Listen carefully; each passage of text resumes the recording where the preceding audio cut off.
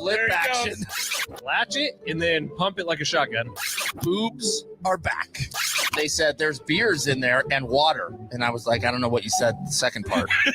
Our buddy has PTSD from just months ago when he shattered his ankle on a walking trail with his dog. You know Rock. what? I did see a squirrel yesterday and I peed my pants a little. And you wonder how they make it back every Monday. Let's start the week. This is a very different show. Can you feel that? Now, here are the guys. Yeah, welcome in. The start of a brand new week, the start of a brand new month. Happy July, everybody. Big Rich, TD, and Fletch. Rich out on a couple more days here of vacation. He'll be back with us Wednesday. And it's going to be a bar cart Wednesday, I think. Wait, what? Yeah.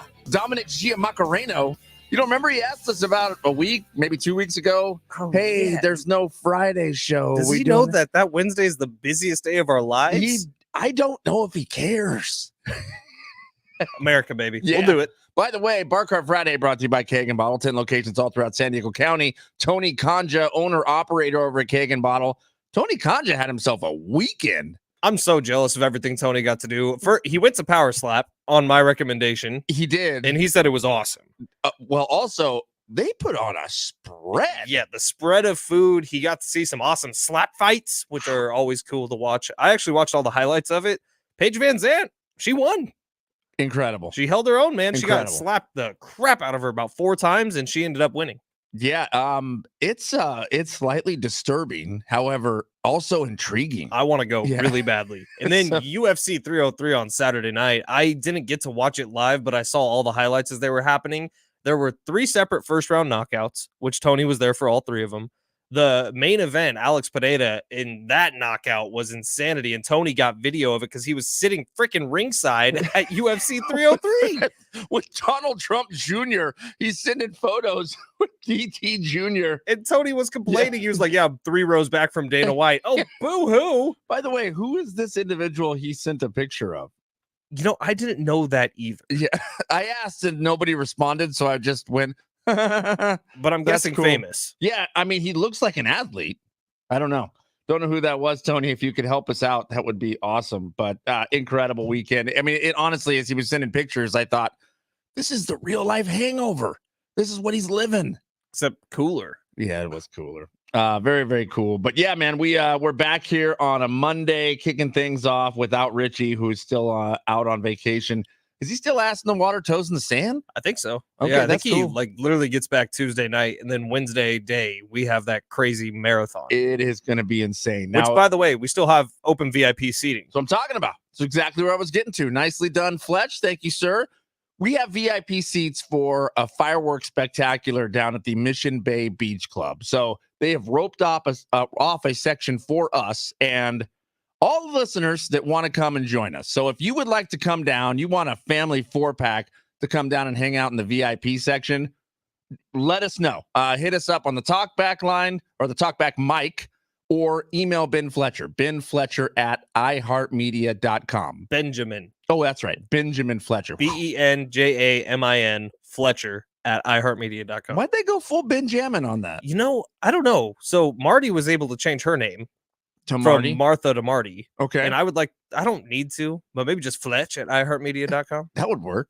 That would work. They could probably add a second one. We have the technology.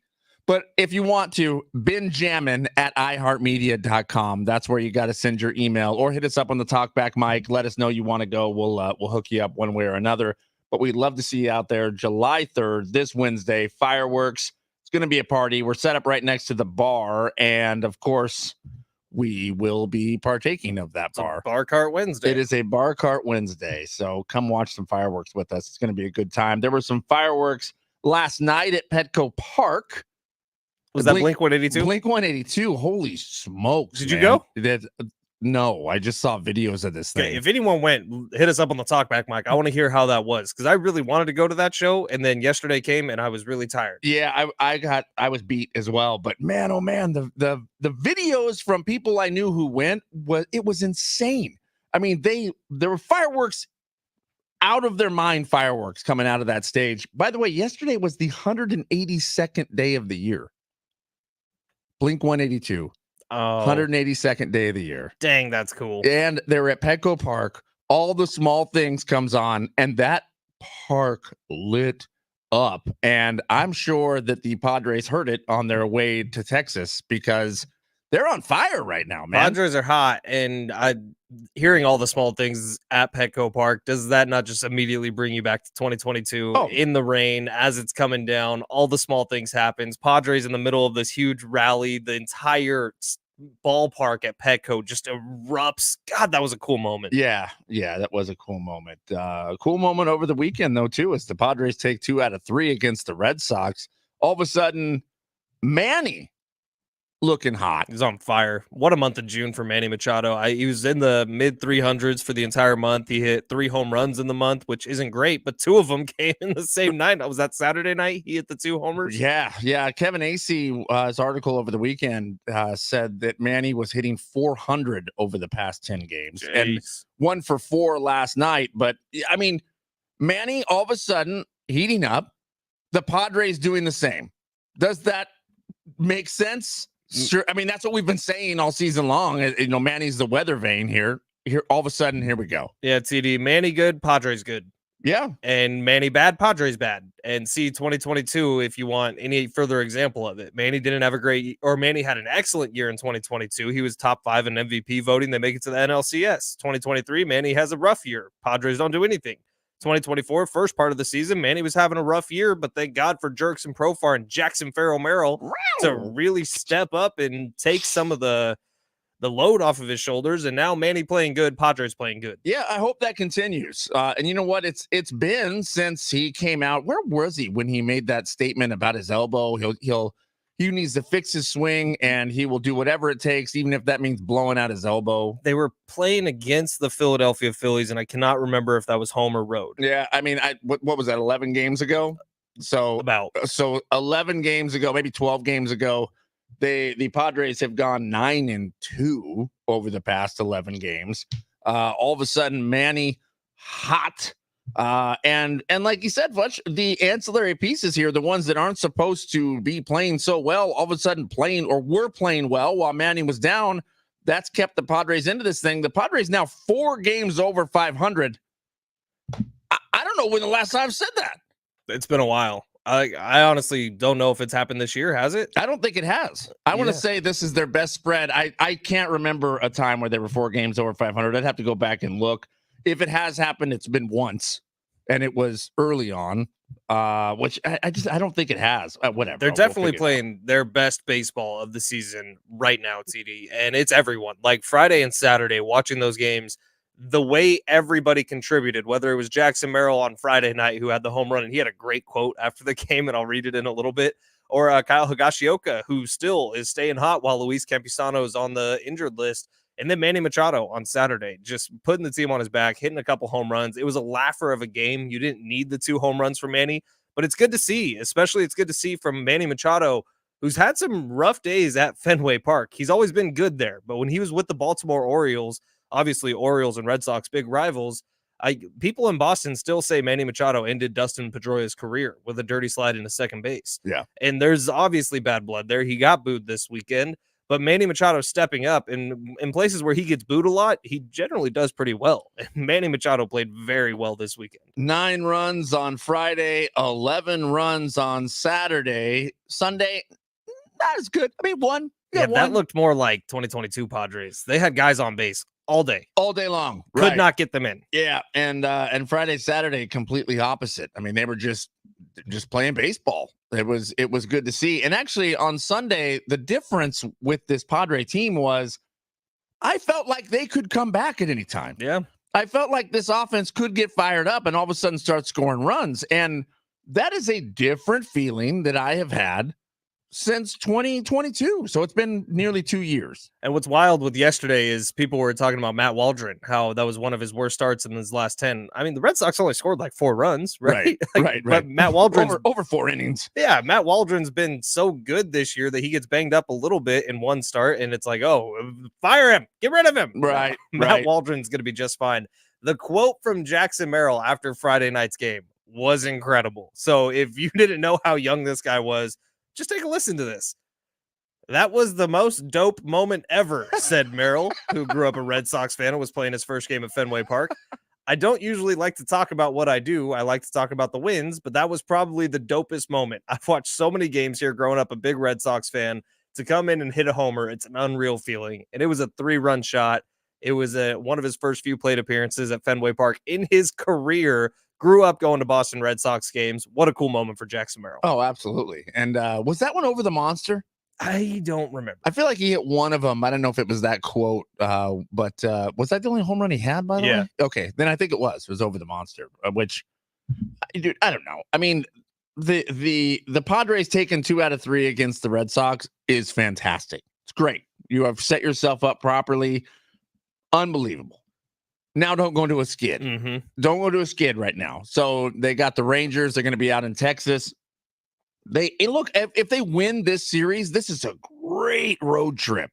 Great road trip. If they split this series, it's not a bad one. I mean, you're not dropping games, but God, it'd be nice to have a little more cushion, a little more padding as you're heading back home. Yeah, is this a 4-game series? This is a 3-game series. So they're not going to split it. But if you get one win here, I'm sorry, you mean the road trip. Split the road trip. Yeah, so if they can get out of the road trip 3-3, I think that's a success. We said 4-2 on Friday for me to believe that this team is actually hot and like actually going to have some sustained success. But if the Padres can go in and take 2 out of 3, man, you're talking like, okay, turning point actually was that last home series they played. Sure feels like it.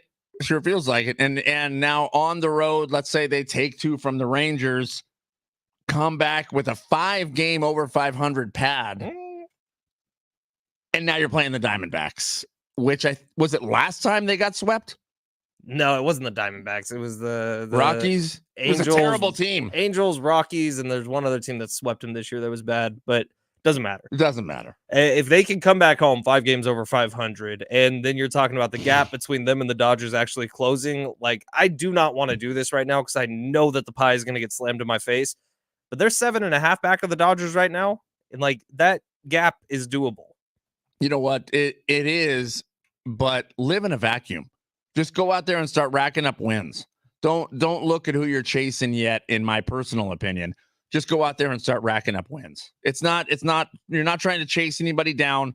All you got to do is get the record, and it's going to work itself out. So get to the end of this season with a winning record, be a few games over 500, and you're going to get to the postseason and you're going to hit the reset button. Then you're chasing people down. Now they are 2.5 above teams that are competing for the final wild card spot. They are in the second wild card spot currently in the National League. The problem and the benefit of being in the National League right now, they're one and the same.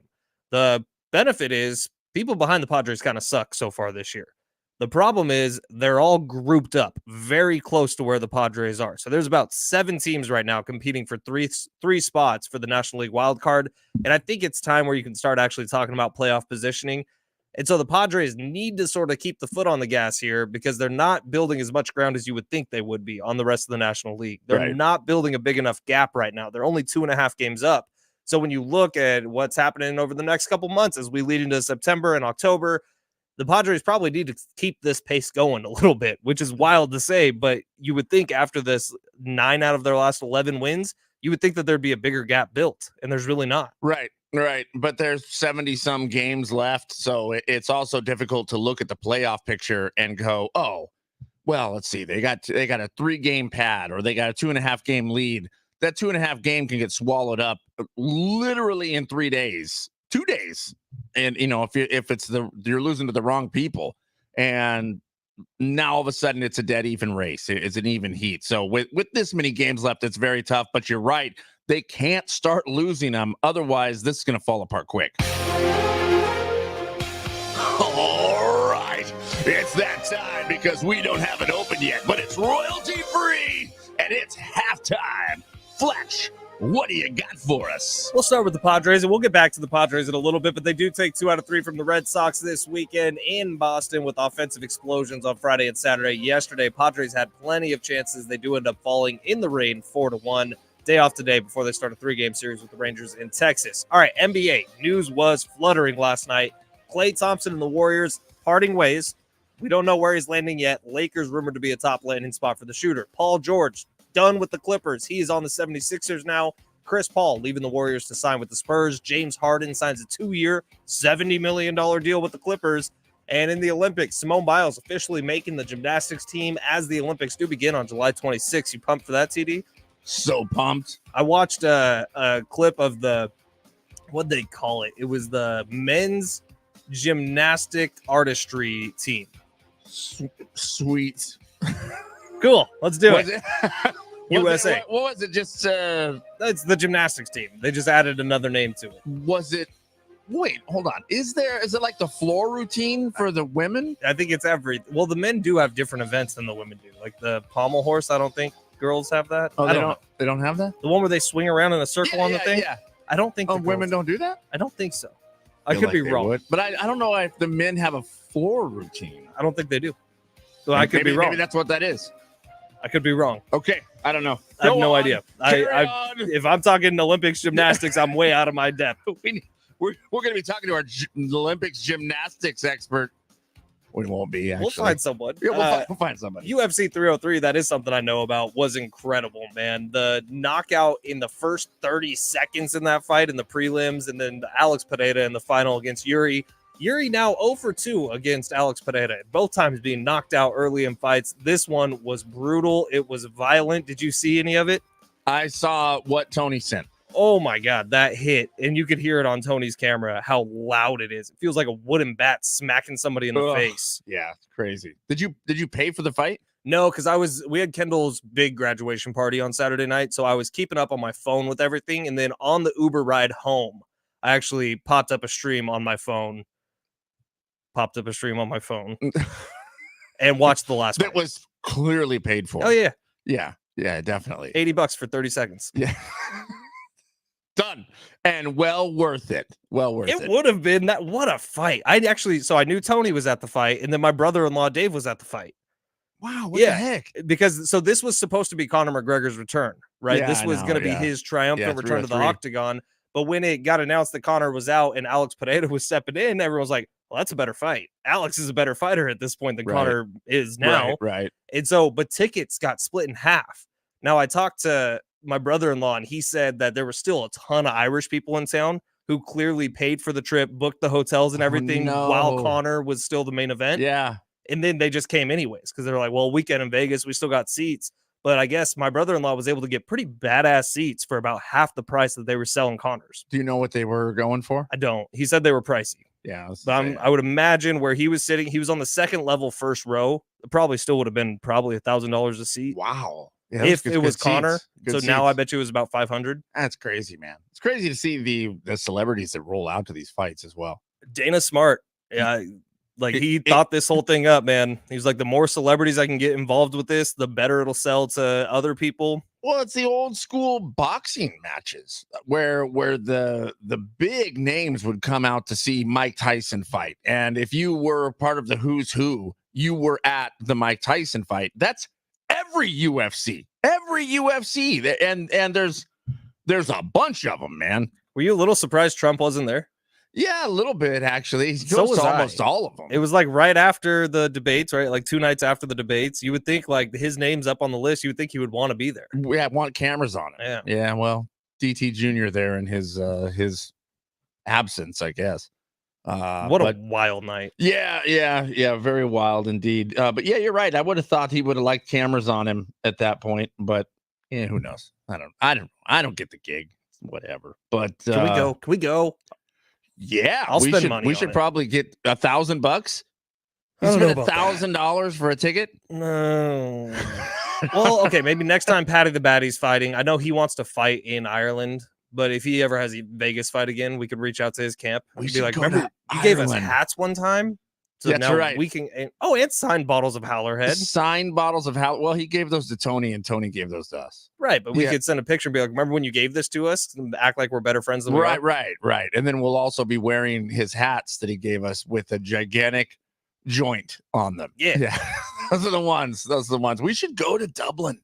I'm down. That would be a ton of fun. Yeah, heck yeah. And we could catch You've Taylor never left Swift. the country, though, so I don't know. I would go to Ireland. Would you get a passport for it? Yeah, how long does it take to get a passport? Like a couple months, unless you do the expedited process, Is which it- we had to do for our honeymoon because Kendall's expired. Where did you go on your honeymoon? Mexico. Oh, That's right. Cabo. I remember now. Some NFL news. CeeDee Lamb not expected at training camp without a new deal. Does this shock you in any manner? No. No, And he's going to get paid. He is going to get broke off. So Niner fans are like in this state of tumultuous brain deadness because of the Brandon Ayuk thing. Like we're struggling over here, and now there's more positive reports coming out about it, but we don't know until there's a contract. The benefit of being a Cowboys fan is Jerry Jones liked to pay his guys, and CeeDee Lamb is one of his guys that he gave the Dez Bryant number to right after he drafted him and said, you are going to be the new 88 for the Dallas Cowboys, and that means a lot. And so he's going to get paid. Cowboy fans, do not worry.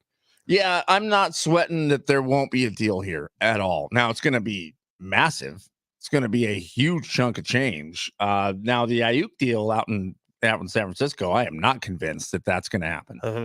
So it was last Friday, there was some news that there was some positive talks happening. So out in San Francisco, Brandon Ayuk, there's, if you haven't been brought up to speed, it's been tumultuous, if you'd like to use that word, out there of making sure he's locked up and he's a Niner. Fletch, big time Niner fan, not real happy about it, which is understandable.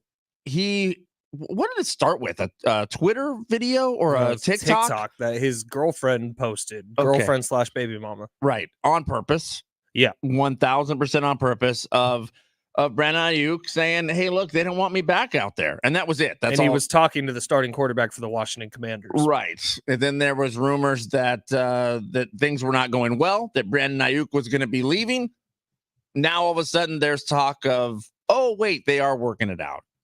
I don't know if I believe it. I'm about 50-50 on that one. CeeDee Lamb in Dallas, no question. They will lock that up.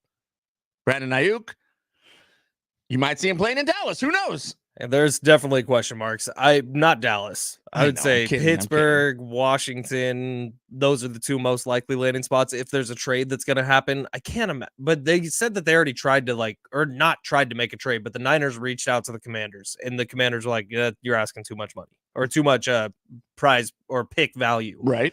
Where the Niners just probably need to pay him. Like I said it before, if the gap is $3 million or $4 million between the two of them, it's worth it just to keep him in there. I agree. However, if that is the gap and they're still not willing to make a deal, there's something else going on there. Yes. And that something else is Kyle Shanahan's ego. Or Brandon Ayuk's. So no, because Brandon Ayuk, he understands like the wide receiver market is what the wide receiver market is, and he wants to be paid at the top of that market. And by the way, he deserves to be at the top of that market. Look at the numbers from the last 2 years show that. But Kyle Shanahan is saying you wouldn't be at the top of the market had it not been for me. Now, I don't know that that's what he's saying. That is from an outside looking in. If I had to guess what's going on between Kyle and John Lynch and Brandon Ayuk, it's Kyle telling John Lynch, look, Brandon Ayuk's really good in my system. He would not be worth the same money if he was elsewhere. It's because of my system that he's always open downfield and he's able to get the targets and rack up the yards. I don't believe that personally. I think Kyle Shanahan is a very good offensive coordinator. I think Brandon Ayuk is a stellar wide receiver. The 49ers probably just need to bite the bullet and sign him. Yeah. Yeah. No, I agree. I agree with all of that. We got a lot going on today. It's Bobby Bonilla Day. Well, we can get into that a little bit. God, that's the most depressing thing for us normies. Dude, I love it. I want to be Bobby Bonilla. Yeah, we'll explain. Also, some sad news to report, but some good news as well that we have Rolling Stone tickets we're going to be giving away. That all coming up. That's sad news coming up after the break. Big Rich, TD, and Fletch.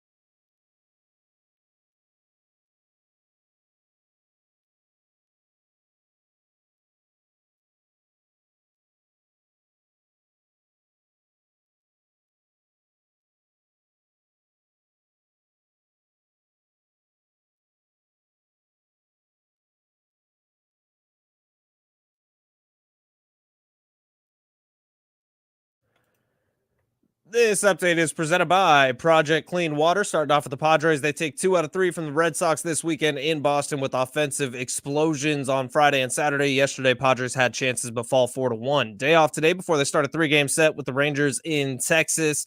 NBA news, Klay Thompson and the Warriors are parting ways. Lakers rumored to be a top landing spot for the shooter. Paul George left the Clippers to go to the 76ers. Chris Paul leaving the Warriors. He will sign with the Spurs. Olympics news, Simone Biles officially making the gymnastics team as the Olympics begin on July 26th. Want to keep our waterways clean and beautiful? Harsh chemicals from car washing can flow into storm drains, harming our waterways. Choose eco-friendly car washes that properly dispose of the water from suds to shores. Wash your car wisely. Visit projectcleanwater.org for details and tips on how to make a difference.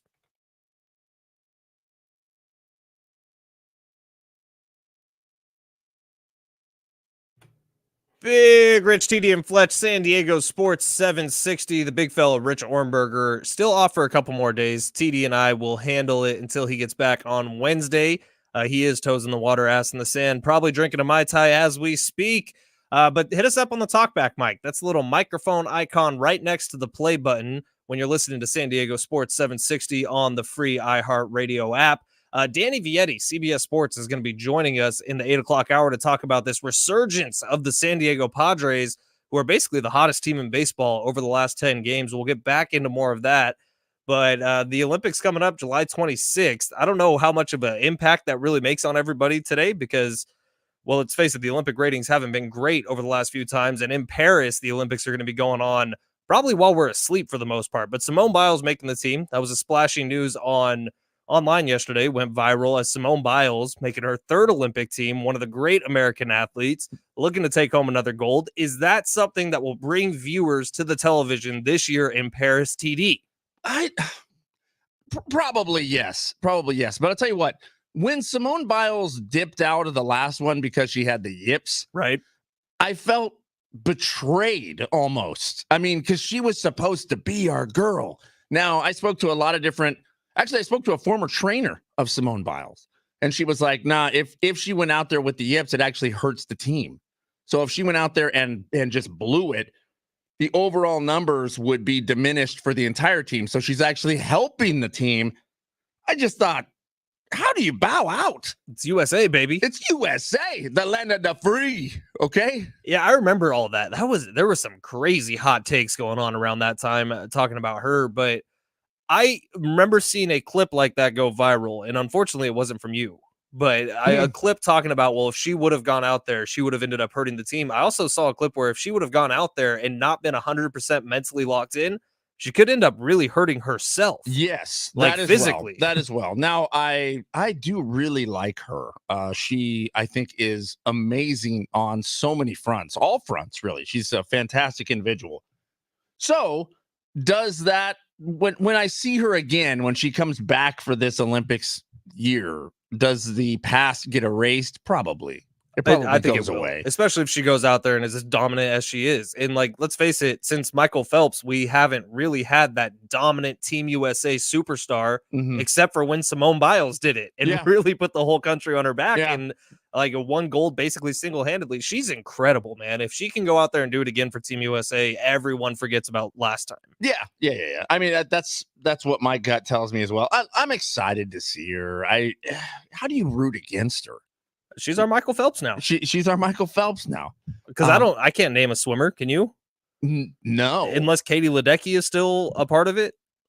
Who's Katie Ledecky? Exactly. She was like the female Michael Phelps. Like, she was incredible. What was the other dude that swam with Ryan Lochte? Oh yeah, reality TV star Ryan Lochte. He is such a douchebag. He got busted for partying out in the last Olympics, or wherever it was. Was it? I think the Beijing Olympics was it where Beijing? He got in a lot of trouble. Yeah, it wasn't the last one, huh? It was the one before that. Was it that long ago? I think it was Beijing. He got in a lot of trouble for partying, and he ended up getting arrested. Like, it was bad. It was bad. A bad look. Apparently not the next Michael Phelps. It's all right. He was on Celebrity Big Brother. Cleaned up his image. Did he win? No. I think he bounced out early. Did people question why he was on Celebrity Big Brother? No, because he had his own reality show, and that's what they do with those. By the way, Perfect Match on Netflix, highly recommend. Perfect Match is Perfect Match like Blind? It's very similar. They just basically take a bunch of people from Love is Blind and other Netflix dating shows. A lot of the UK people are in it, but then they throw them all in this like beautiful beach house in Tulum and say, pair up. And it is trashy. It is awesome. On Netflix. On Netflix. Is that, well, you didn't watch anything over the weekend. You were, Oh, you no, were we watched running. like 4 episodes last night when we got home. Wow. I'm trying to think of what we watched. I don't remember. Something on Hulu. I don't remember. Under the Bridge. That's what it was. Under the Bridge. I'm not into these shows. Maybe Sarah would Was recommend it Red Hot Chili Peppers related? No, Oh, which that's it was a lame. bummer. I know. It was murder related with 15-year-olds. Oh, very that's sad. Why do girls like to watch these? I don't things? know. Based on a true story as well. It was up in Canada. It was a whole thing. But yeah, 8 hours of that in the books. Ugh. Oh, and The Bear.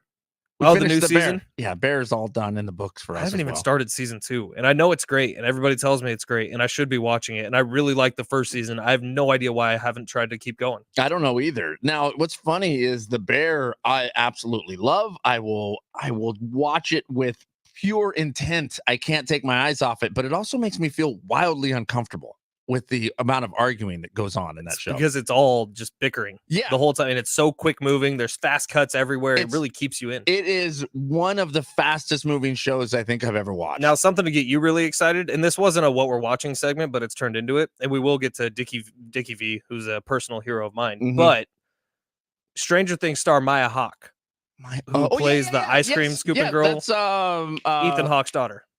But and then who's the mom? Uma Thurman. Oh, I didn't know that part, but she does look like Uma Thurman. Is She's that real? I believe so. Yeah. Wow. Yeah. Uma. I better double check that. So Maya Hawke had an interview about Stranger Things, and she was asked, why is it taking so long for this new season to release? Okay. And TD, she said, it's basically we just filmed 6 movies.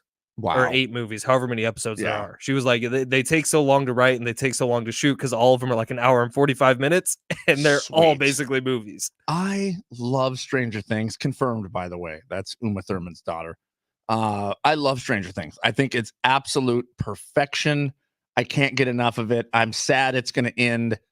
I wish it would just go on forever, and we'd follow their lives until they were 100 years old. Seems like they're trying to. Well, Every episode's like an hour 45, and I'm sure there's going to be spin-offs, like something happening in the world in a different part of the world, you know? yeah, but have Maya Hawke do a spinoff. I'm in. What was she doing in season 1? We don't know. Yeah, we don't, because she wasn't there.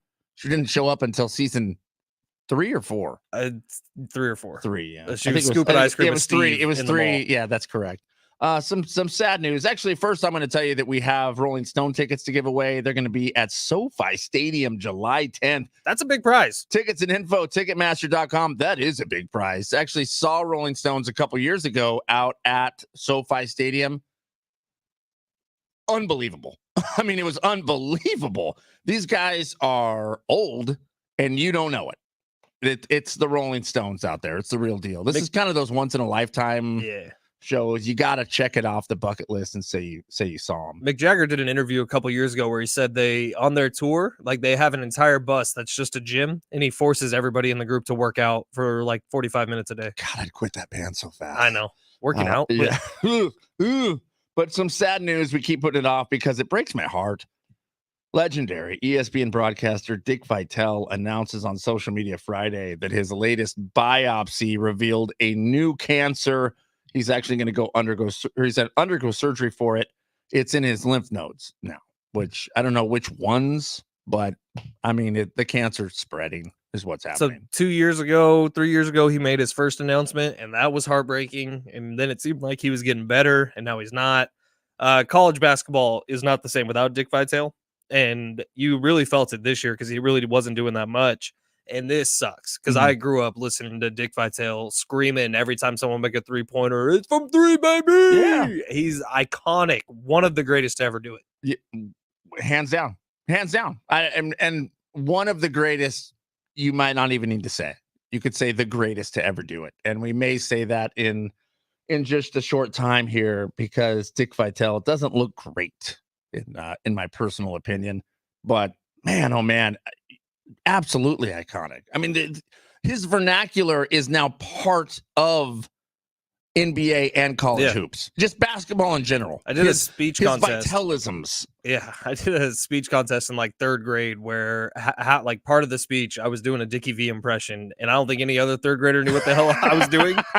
But some of the people grading the speeches knew, like they were college basketball fans, and I ended up winning the damn thing. But Dick Vitale, what a legend. Yeah, absolutely. I mean, he has websites that are built exclusively to help decipher the Vitalisms. And Well, it's not exactly English. no, and it doesn't exactly make sense for basketball. However, when you do start to break it down, you go, oh, I get it. Now I understand what he means by that. And he's wildly smart, and he worked ridiculously hard to make sure, because he was doing games all over the country. And so he knew everything about every college basketball team. And he's had some glowing things to say about the Aztecs, especially in the Steve Fisher years.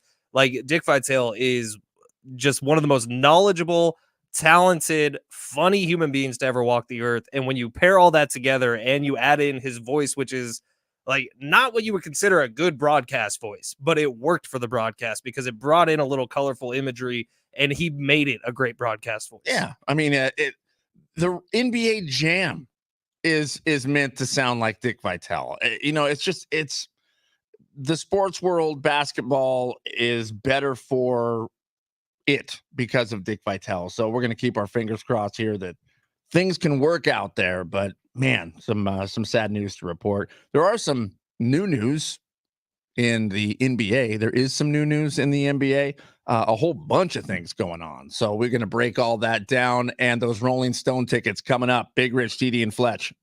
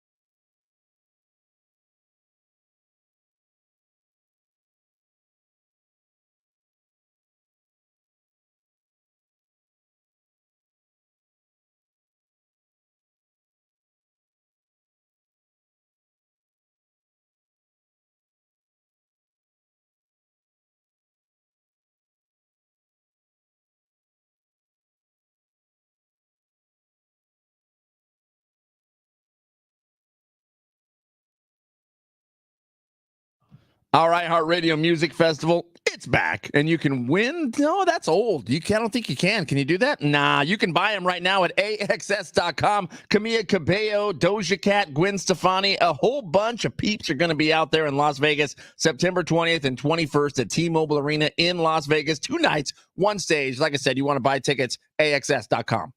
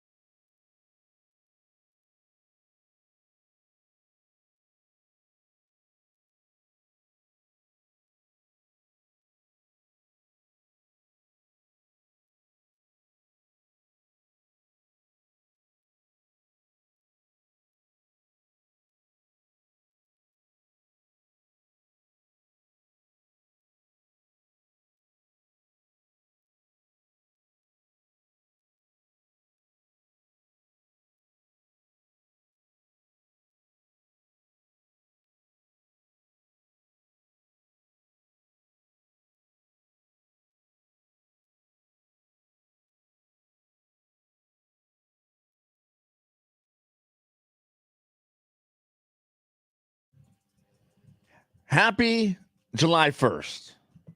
It was July already. Pay your rent. It's just a friendly reminder that rent's due. How fantastic. I just paid mine. It sucks. It does suck. Big Rich, TD, and Fletch, San Diego Sports 760. It's Bobby Bonilla Day. Bobby Bonilla is set to collect $1.193 million from the Mets today and every July 1st until 2035. We got 11 more years of that. That's incredible. It's like what the Padres are doing with Eric Hosmer. Wow. Yeah. Except I think that one ends this year. Does it? I hope so. Was he an all-star? He was not confirmed. Okay, confirmed. Never was after Bobby Royals days. Bobby Bonilla is a genius. I know. I love this. And I don't know who. There's been story after story written about Bobby Bonilla and this deal with the Mets, but his agent might actually be the genius here. Because now Bobby Bonilla, could you imagine every year you have that one day where you're just looking forward to getting a check in the mail and it's $1.193, whatever it is, $1 million, and you can count on it like clockwork unless Major League Baseball fails or a meteor hits this earth. Bobby Bonilla is going to get $1.1 million every July 1st. It's genius. I bet even if Major League Baseball failed, they would still owe him this money. The Mets family. Yeah, I mean, whatever. But whatever it is, I mean, there's a contract signed. You're gonna have to cut this guy a check one way or another. So I don't know. I love it. I'm with you, man. Every July 1st, all of a sudden you check your bank account and oh, cool, I got $1 million today. Those Mets are timely. What's funny about that contract, and Adam Schefter pointed this out on Twitter this morning, is it's actually about $200,000 more than Brock Purdy will make this year. 49ers quarterback who played in the Super Bowl last year. Who can barely pay for his room that he rents out with his buddy. Right. Yeah. $900,000 a year. I got buddies who live in San Francisco by themselves who do not make $900,000 a year. Yeah, I mean, come on. Everybody knows this at $900,000. You're still gonna be okay. Now he's wildly underpaid, but I mean wildly underpaid because right now he's making $900,000 a year. What do you think his contract is when he signs it? Oh, it's going to be 45 to 52. $50 million. Yeah, somewhere in there. $50 million. So he's only going to make just over $49 million more a year. And actually, that would be what it would be if you signed this offseason. He's not going to sign until next offseason. So who knows what it's going to be? $58 million. Like if he repeats performance, like let's try to get in the hypothetical game. God. So if he repeats, if he has another year where up until week 16 or so, we're talking about, well, Brock Purdy's a legitimate MVP candidate. Mm-hmm. If he does that again, he's going to be the highest paid quarterback in the NFL. He gets to the Super Bowl and loses again. Oh, come on. I mean, it is going to be incredible the payday he's going to receive. I hate you so much. I'm just saying, look at Dak Prescott. He's going to be the highest paid quarterback in the NFL. That guy can't even get to a Super Bowl. Can't even get past the wild card round. He can't even get there. So think what Brock Purdy's going to do. Speaking of San Francisco, did you see what the Giants did for the giveaway when they were playing against the Dodgers in the Bay Area? No. The San Francisco Giants, with one of the best all-time troll jobs, gave out Mickey Mouse hats. Oh, nice. When the Dodgers played in San Francisco because of their Mickey Mouse World Series. I thought it was going to be something very distasteful. That works. Oh, it's hilarious. Yeah, that works. Very nicely done. I hope, it's cool. That very, very, very classy. I dig that a lot. Dodger fans don't think it's classy. They're pissed off about it, which is great. Every time a Dodgers fan is pissed off, I think a new baby is born. Playing very near San Francisco, the Golden State Warriors. They're in San Francisco now. They moved arenas from Oakland to San Francisco. Oh, is it? Mm-hmm. Chase Center, right smack dab in the middle of town. In the middle of San Francisco? That's where it's at? Yep. I didn't even realize that. I thought it was right on the outskirts. Well, it was in Oakland. I knew that. Right next to the Coliseum. When they moved to the Chase Arena, it is literally dead center San Francisco. Have you been up to it? I've not been inside. I've driven past it, and I'm going to drive by it on Thursday, actually, because I'm going up to the Bay Area. Oh, you're going up there. You are traveling somewhere every single weekend. I've not woken up in my bed on a Saturday morning in 5 weeks, TD, and it's going to be 6 now. You know how much I love my bed? And it's been a lot of fun. We've had a ton of fun traveling around the state of California, but just not sleeping in your own bed kind of sucks. Yeah, I get that. That's why I just don't go anywhere. I know. Yeah. And when you do, you just sleep in your truck. Yeah, that does happen. The Golden State Warriors said see you later to Klay Thompson. Bye. Now potentially he's going to the Lakers? Yeah, there's rumors online from non-verified people, non-blue check marks, saying that as soon as free agency opened, LeBron James was on the phone with Klay Thompson. Okay. And if you believe it, which it's not unfathomable, like that makes a lot of sense. Yeah. And Klay Thompson's dad, Michael Thompson, played for the Los Angeles Lakers, still lives in LA, still does LA radio, I think. But Michael Thompson would also be banging that drum for Klay to go play for the Lakers. Play alongside Bronny? Yeah, I mean, because that's what matters. That would be huge. That would be huge. By the way, Klay Thompson and Bronny James play the same position. Klay Thompson's 6'6". Bronny James is 6'1". I don't like the naysayers here, okay? I don't like you poo-pooing this. Klay Thompson. I'm just saying. Klay Thompson's also old, and he had the worst season of his career this past season. He's been injured over the last few years, so I could see a 1-year deal with the Lakers. Absolutely. That makes a lot of sense. Chris Paul got himself a 1-year, $11 million deal with the Spurs, so he's going to be paired up with Wemby. I like it. Old mature vet. I think that sounds good. Chris Paul, the only player in the entire National Basketball Association that is shorter than Bronny James. Yeah, but okay, hold on then. If Chris Paul is a successful veteran player, why can't Bronny James become because that? Chris Paul is a once-in-a-generation talent whose game did not rely on his offensive ability, and he was still a great offensive player. Would you not say that Bronny is part of the next generation? But Chris Paul was also a standout college player. Chris Paul immediately made an impact in the NBA when he joined a team. Like, Chris Paul is one of the best passers that league has ever known. Bronny James averaged just over 4 points a game. He was like the 13th best player on USC's team. He's going to be great. He's going to sell a lot of jerseys, sell a lot of tickets, and he's going to get Klay Thompson to the Lakers. Kevin Love re-signed with Miami Heat, a 2-year deal, $8 million a year. Or I is it $8 did not million know total? Kevin Love was still in the NBA. Neither did I. Neither did I. I thought he had been done for like 3 years. Okay, I thought so as well. I thought, why he's still in this thing. So $8 million going in his pocket, and Paul George bails on the Clippers, and now he's a 76er. Yeah. That makes sense. I think he grew up in Southern California, but he's always loved Philly. There's tweets from like 2015 where he's talking about wanting to play with the Sixers during the last time he was going through all this. Now, congratulations to give out. We did not mention it on our show Friday, but Jaden Ledee, Aztec for life, signs with the Timberwolves. Yeah, Timberwolves. Hey, right on. That's awesome. Keyshawn Johnson, former Aztec, played 4 years on the Mesa before transferring to Arizona for his 5th year. He is with the Miami Heat, where he can actually probably make an impact this year. Very cool. Very cool. I like that a lot. Look, does any of this NBA news fire you up? Nope. Same. But now, if there was NFL moves, I am so pumped. Oh, for sure. Like, that CeeDee Lamb story this morning got me like the horns going off in my head that we cannot play. You know, royalty free. You know, the end of the night after like a family party when you and a couple other people will go out and have a glass of whiskey to end the night, little nightcap. Yes. So I did that with my brother-in-law James this weekend, and we were talking about the NBA and talking about this past playoff run and how it did not hook either of us for even a second. That's maybe the first time in my life that's happened. And we were talking about next year's NBA, and I'm like, is there anything to actually get us excited about? And he said the Bronny James thing is dumb. LeBron feels played out. Like, who knows how the Lakers are even going to be next year? The Warriors seem like they're falling apart. It's just the superpowers that and the Boston Celtics are the current one, and everyone hates them. Yeah. So it's like, what can we really do, NBA, to get everybody invested next year? Bronny James isn't the answer. Yeah, they need a Taylor Swift. They really do. I don't know who that is. Maybe a Selena Gomez. Oh, there's already drama. Sources have confirmed that LeBron James is sleeping with Bronny James's mom. It's not good. Yeah, that's been happening for a while. You heard it here first on Big Rich, TD, and Fletch, your premier destination for NBA information. You're welcome. Look, the Padres, they had a hell of a weekend. We're going to talk about it coming up next.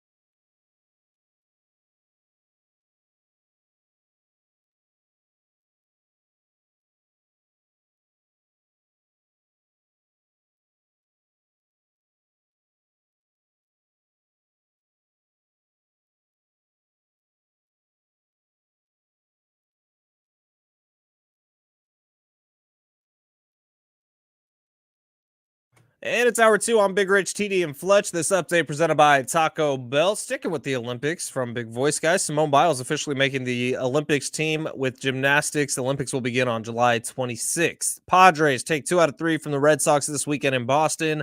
Offensive explosions on Friday and Saturday. Yesterday, they had their chances, but they do fall 4-1 in the rain. Day off today before they start a 3-game series with the Rangers in Texas. NBA news. Klay Thompson and the Warriors say bye-bye. Lakers rumored to be a top landing spot for the shooter. Paul George leaving the Clippers. He is now with the 76ers. Chris Paul leaving the Warriors. He'll sign with the Spurs. And UFC 303 ended with a bang. Alex Pereira knocking out Yuri in the second round, I think. It was a brutal knockout. The Cravings value menu from Taco Bell, 10 items, each for just $3 or less, including faves like the cheesy double beef burrito, loaded beef nachos, and the 3-cheese chicken flatbread melt at participating U.S. stores while supplies last. Price varies, tax extra, double seasoned beef compared to the Burrito Supreme.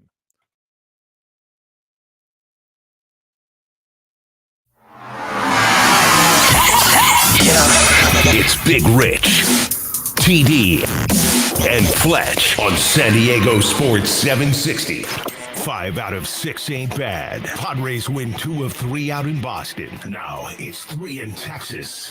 NBA players on the move across the league. So will the King return to downtown LA? Well, just because LeBron says he would take a pay cut doesn't mean that he will take a pay cut. The Lakers have to earn it here by opening up the opportunity to sign a player they'll take a pay cut for. Plus, if you ever thought what Bar Card Friday is all about, I'm going to be honest with you. That was one of the worst experiences of my life. I hope I'm next Oh, there with he the goes. amount of lip There he action. Latch it and then pump it like a shotgun. Boobs are back. They said there's beers in there and water. And I was like, I don't know what you said, the second part. Our buddy has PTSD from just months ago when he shattered his ankle on a walking trail with his dog, Brock. I did see a squirrel yesterday and I peed my pants a little. and you wonder how they make it back every Monday. Let's start the week. This is a very different show. Feel that? Now, here are the guys. Yeah, we do make it back here on a Monday after a Bar Card Friday with Whiskey Nomad Sarah, who is joining us. We had some barrel picks here with Frey Ranch. Of course, Bar Card Friday brought to you by Keg and Bottle, 10 locations all throughout San Diego County. Tony Kanja out in Vegas. Tony Kanja, owner and operator of Keg and Bottle, out in Vegas over the weekend. UFC 303. Sending us photos, making us completely jealous because, good Lord, Tony Kanja does it right when he goes to Vegas. A beach pool party Yep, that works. at whatever, I think that's Mandalay Bay that has the actual like beach. Oh, yeah, I think you're right. Yeah, and then he was gambling with Dana White adjacently. Yes, that's Because correct. that was the high roller table where, and Tony will drop some cash, but not Dana White cash. That was insane. And the numbers he was telling us of what Dana White was gambling makes me nauseous. I can't even fathom it. No. I can't even fathom it. It's unbelievable.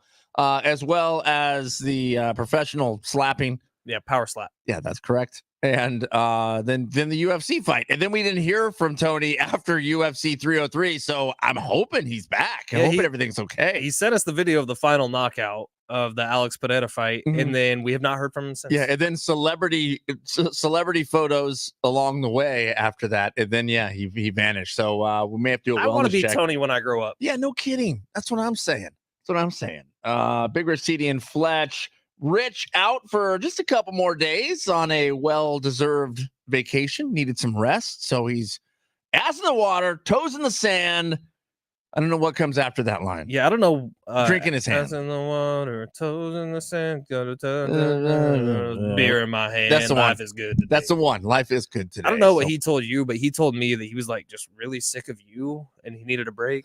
He's like, yeah, TD is just like, oh, DIY stuff. It's crazy. I know It's how crazy. to do things with my hands. I wasn't going to say anything, but he was like, if I hear one more thing about that damn acorn or Brock. And I said, the dog? And he goes, well, no, I meant the quarterback, but yeah, the dog too, because I think he's having a birthday party. Happy birthday to Brock. Happy birthday to Brock. Happy birthday, dear Brockster. Okay. Happy birthday to you. So My little pup is one. our very own Fletch here. Yeah, he's got a little puppy dog that he named Brock after the wrestler Brock Yep. Lesnar.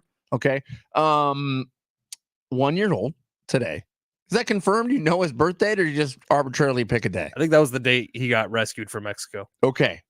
So he's over one. I You would missed assume it. we don't know his act, but yes. Okay. No, I think it is actually today because Okay. I'm trying to remember the story now. I think the mom was rescued from Mexico and she gave birth in the United States. All right. All right. So your little dog, Brock, 1 year old, and you told me that on your way out this morning, your beautiful wife, Kendall, said, "Hey, did you sing to Brock?" She did. And you didn't until just now. Correct. And then you told me, I got to get done here a little early because I got to swing by Party City and get decorations for the birthday party. Decorations, birthday hats, dog ice cream from Petco. I have a whole list of things to do between the time I leave this building at 3:00 today and get home. What? Okay. Who's all coming to the party? No one. It's just going to be you, Kendall, and Brock? Yep. Huh. Why decorations? You know, TD, I've been married for 2 years now, and I think I've learned you pick your battles. Yeah. This is not a battle I'm going to pick. What kind of decorations do you have to get? Is it going to be streamers? themed? It's like a Hawaii or luau themed, maybe? No, it's dog birthday themed. So paw prints. They have that at Party City? No, they have them at Petco and at the Dollar Tree, though. Paw Patrol. Yeah, You could do sure. you could do Paw Patrol. You know who doesn't give a crap? Brock. What? He might over the ice cream. You know who has Although- no idea what's going on? The dog. What, can dogs not have normal ice cream? They can have vanilla, I think, but Petco makes like a specific dog birthday ice cream that I'm supposed to get. But have you never tasted it? No, Brock's never tasted it, but it's peanut butter flavored, and that kid loves peanut butter. When you bring home the peanut butter dog ice cream, are you going to taste it? I'll have a little little nibble. It's dog food, Yeah, but frozen dog food. I'm sure it's fine. So if you taste it and you go, "That's not good," will you give Brock normal ice cream? No, he'll just get whatever this is. I'm sure he's gonna love it. The dude, treats are his love language. You say the word treat around him, and if Kendall's listening on the free iHeartRadio app right now, and he heard me say treat, he is gonna be wagging his tail, walking over to the little bar cart, which has been taken over by dog stuff. Great. Are you going to post photos? I'm not. You need to. He might get a story mention. Well, can't wait At to Fletch see. Sports, by I the can't way. wait to see the party because you should have invited people. You should have got invites and sent them out. I know. What? We all It's wanna embarrassing celebrate. enough already. What? Did you happen to make matching shirts or anything? No, we didn't. I did. Oh my God, TD. You need to go to Walmart. For Walmart has the full array of 4th of July, really trashy looking cut off t-shirts Okay. that have it looks like it was just a gray t-shirt that they literally cut the sleeves off. nice. I got a great one for the 4th of July. I'll wear it on Thursday. Okay, you got to wear it Wednesday at the fireworks Wednesday. party. Yeah, I'll wear it Fireworks then. party. Where you wear it Wednesday and Thursday. Don't ruin it Wednesday. Wednesday evening, Wednesday night, 7 to 9:30 p.m. We're going to be out at the Mission Bay Beach Club. We've got a fireworks extravaganza that's going on out there. Music's going to be synced up with 101.5 KGB, which we do the afternoon show over there every single weekday, 3 to 7 p.m. If you would like to come out and hang out with us and join us in the VIP section, email Benjamin Fletcher at iHeartMedia.com. Shout out Chris, shout out Jay, shout out Ron. They all emailed me in the first hour. Hey, right on. You got 4-packs. Cool. We still got room for more. So email me, Benjamin Fletcher, iHeartMedia.com. DM me on Instagram at Fletch Sports. Whatever you got to do, get in touch with me. I don't know what they were expecting at first, but they said, "Hey, we have a VIP section for you." And then about 3 days in, they went, "We've made that section about 3 times as large." So all of a sudden that opened up a bunch of space. So we'd love to have you there. We'd love to throw some high fives and say hey to you out at the Mission Bay Beach Club. And if we really like you, you can use the Mount Crushmore of beers. Ooh, golly. It's never been cleaned. Why would it? I don't know. Alcohol is cleaning. Yeah. So the Flabongo out at the One More Win golf tournament that we did, has it been 2 weeks now? Week and a half, I guess. Something It's like all that. a blur. The Flabongo came home with me. I sent EB Erin Bauman. She's saleswoman extraordinaire, only deals with counts over $600 million here at iHeart San Diego. You naughty boy. You took the Flabongo home? You put it in the back of my truck. Did you snuggle with it? Yeah. I just was pounding the flabongo. I was just going to town with it. You do not want to use that thing again. No, I told her, I'm like, hey, just a heads up. I have the flabongo. She's safe. I'll make sure it's all cleaned up and brought back on Monday. And she said, don't you dare clean that thing. It's never been cleaned. Wait, the flabongo hasn't? Never been I always cleaned. thought Aaron was way more responsible than No, us. she said it's never been cleaned ever in its lifetime.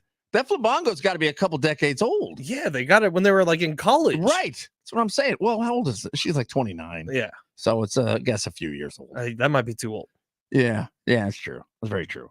Meanwhile, we're talking about partying. The Padres partied over the weekend. Friday and Saturday night, it was an offensive explosion. Go ahead, read what you put on the rundown. Padres racked up 21 runs over the weekend, but 20 of them came Friday and Saturday night. What were your puns or your names for the nights?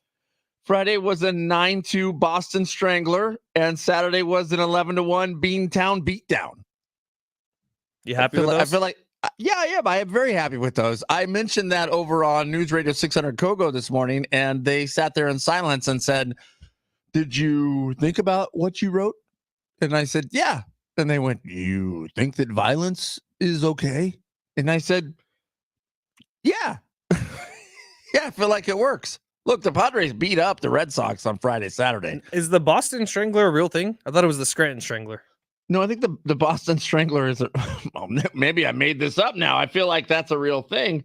The Boston Strangler. Yeah, that's where the Scranton Strangler came from. Either way, Jackson Farrell Merrill, who grew up a Red Sox fan, made his mark on Fenway Park pretty much immediately with a 3-run home run on Friday night. Kyle Higashioka stays hot, hit another home run after his 5 homers in however many days at Petco Park. And then Manny Machado, couple of blasts. He had 3 home runs in the month of June. 2 of them were against the Boston Red Sox in the same game. Manny Machado good, Padres good. Pretty simple. Manny Machado had an excellent last 10 games. Padres had an excellent last 10 games. Can Manny Machado keep it going long enough for the Padres to actually make a big impact this season? Padres 9 wins out of their last 11 games. Mm-hmm. Come on. I mean, this is great news. The Boston Strangler, by the way, murdered 11 people between 62 and 64. Yeah, that's not cool to put on the rundown. Are you sure? We are not okay with murder. Well, I'm not saying I'm okay with murder. I'm not saying that. I'm just saying that they did put a stranglehold on him, much like Ted Nugent would. Is that the name of the Boston Strangler? No, Ted Nugent. You don't know who Ted Nugent is? He's the guitarist. Yeah, the guitarist. He's got a song called Stranglehold. Got it. You don't know Your this? references are going way too many directions. God, it's a My Generation Monday, and you are clearly not in my generation. There's a lot of Ted Nugent fans out there who are fired up. So Jackson Merrill, after his big home run at Fenway Park, he was talking about the fact that he was, playing in his hometown, or not hometown, but the team he grew up going to games at was the Boston Red Sox. And he said that was the most dope moment ever. Would you agree, TD, that Jackson Merrill is the most dope rookie this season? I would agree with that, actually. I would say he should be in consideration for Rookie of the Year. You look at Vegas, and Paul Skeens had the heavy advantage because Paul Skeens, it's historic what he's done, really. There was some stat out there. In his first 9 starts, he is the first Major League Baseball pitcher ever to allow less than 12 runs while striking out, and I do not remember the number of batters he struck out, but he's the first person to ever do it. The list is Paul Skeens and nobody else. Also, the first Major League Baseball player to be dating Livy Dunn. Yeah, I was going to say, does Paul Skeens' girlfriend help him at all in this? Well, it's a popularity contest. That's what I'm saying. So a little bit. Yeah. Now, it puts him more in the limelight. For sure. But now the dude shoves. The way it switches into Jackson Merrill's favor, and he is the only other choice, I think. But if it switches to Jackson Merrill's favor, it's going to be because the Pittsburgh Pirates most likely will shut Paul Skeens down. Because they're not in contention. Right. He's a rookie. He is the best thing they have going in their organization. Most likely they have an innings limit for him in mind. And as soon as he hits that, he's done for the year. Yeah, that's kind of a bummer. It is. That's the worst part about baseball in 2024, if you ask me. Pitchers don't get to be dominant anymore because they either get taken out of games too early or they get shut down out of fear of Tommy John. And you look around baseball, and just last week, we had 2 more pitchers who are pitching at big levels get Tommy John surgery. Yeah. Well, I mean, look at these athletes are pushing themselves harder and farther than they ever have before, literally in the history of organized sports. So that's what happens. I mean, they're pushing themselves past the limit of their bodies. And here we are. But the Padres, which we've questioned pitching Friday, Saturday, the offense is fired up. Pitching was still great, still worked. Sunday, not as much, but not bad. Wasn't horrible. It was Matt Waldron. Like, you're going to get hit every once in a while. And especially knuckleballers, there's days where the knuckleball just doesn't really knuckle. And yesterday, Matt Waldron, and there was atmospheric conditions. We could talk about the weather. Like, every little thing affects a knuckleball, and it was rainy. So I don't, it just wasn't knuckling, and guys were teeing off on it. Okay, yes. However, the Padres give up 4 runs. The Padres offense, which scored literally 20 over the prior 2 days, should have been able to score more runs. They left too many people on yesterday. Now, look, they still won the series. It's still a great series. Now they head out to Texas, out in Arlington. Can they keep this thing going? If they lose 2 out of 3, it's not the end of the world. There's still 4 games over 500. Is that right? Or they'd be 3 games over 500. Math is hard. Yeah, they'd be 3 games over 500. That's not the end of the world. However, God, win the series and then you're back in San Diego against the D-backs. You are set up. You are primed to really start to add some cushion to this 500 record. I'm not going to keep pushing my goalposts. I'm going to leave it where it was last Friday. If it's 4 wins on this road trip, like, I'm in, and we'll consider the Padres to be a very, very good baseball team this season. And it's because of everything that's led up to this point. But if they could have sustained success and not let this just be a blip on the radar, which right now it's a pretty big blip on the radar, if they can keep going at this rate and win another series in Texas, come back home and be good against the Diamondbacks, like, this all of a sudden is a team that we're talking about should make the playoffs. Yeah. Right now it's a team that they should, but would be totally understandable if they didn't. Well, so this is a team that has swung back and forth and hovered right around that 500 mark the entire season until now, when they finally, it seems like it has shifted and it's going to be above 500. But do you feel like you're waiting for the other shoe to drop here? Do you feel like there's about to be a problem? I feel like I do. I don't want there to be. Like, I would very much, if you were to ask me last Friday, I would have assumed that they would have dropped 2 out of 3 to the Red Sox. Right. Like, I would have thought that I could almost guarantee that that's what was going to happen because of the success that they were having the week prior. Now, today, I feel very similarly about when they start the first game tomorrow against the Rangers. Like, probably they're going to lose 2 out of 3 because in baseball, you just don't keep going like this, especially if you're the San Diego Padres. Now, if they can go in there and prove me wrong, please, I have a very different thought about the rest of the season. This series hinges on your feeling for the rest of the season. For now. Right. Until the next series. Until the next series. And that's the bummer, I guess, of this Padres team, is because you don't fully have the trust in them. Now, the good news is my expectations were set much, much lower this season. And at this very moment, they are vastly exceeding expectations. 9-run games and 11-run games are something that I didn't think I would see that many of this season. And they've had a lot of offense, and they've had a lot of offense without Manny, except for the past month as Manny slowly be getting hot. But since Manny said that he'd blow out his elbow trying to fix his swing, all of a sudden 10, 11, 12 games, he's been really hot. Tatis out. Bogart's out. Musgrove's out. Yu Darvish out. Who else am I missing here? Campusano out. And so the question becomes, and I asked Derek Togerson about this last week, like, do you ever get worried that the Padres performing this well without the top 4 of the top 5 guys on their payroll? Like, once it gets to decision-making time in the offseason, like, Padres aren't going to be adding new pieces because every time we pay someone $300 million, they come here and kind of suck. Mm-hmm. Like, with the 4 of their top 5 legitimately payroll guys out of the lineup, Padres playing their best baseball of the season, what happens if when those guys come back, the Padres aren't playing good baseball?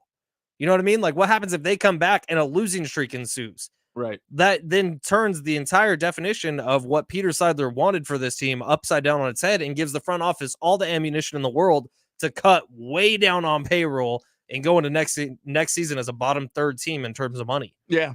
You know, what I worry about is when you start to get the ingredients right and you're finally putting in the right amount of every piece that you need and it starts to work like it is right now. When you bring back other players, does that screw up the recipe? And you can't say we're not going to bring back our top guys, but when everything's working, you do start to question things.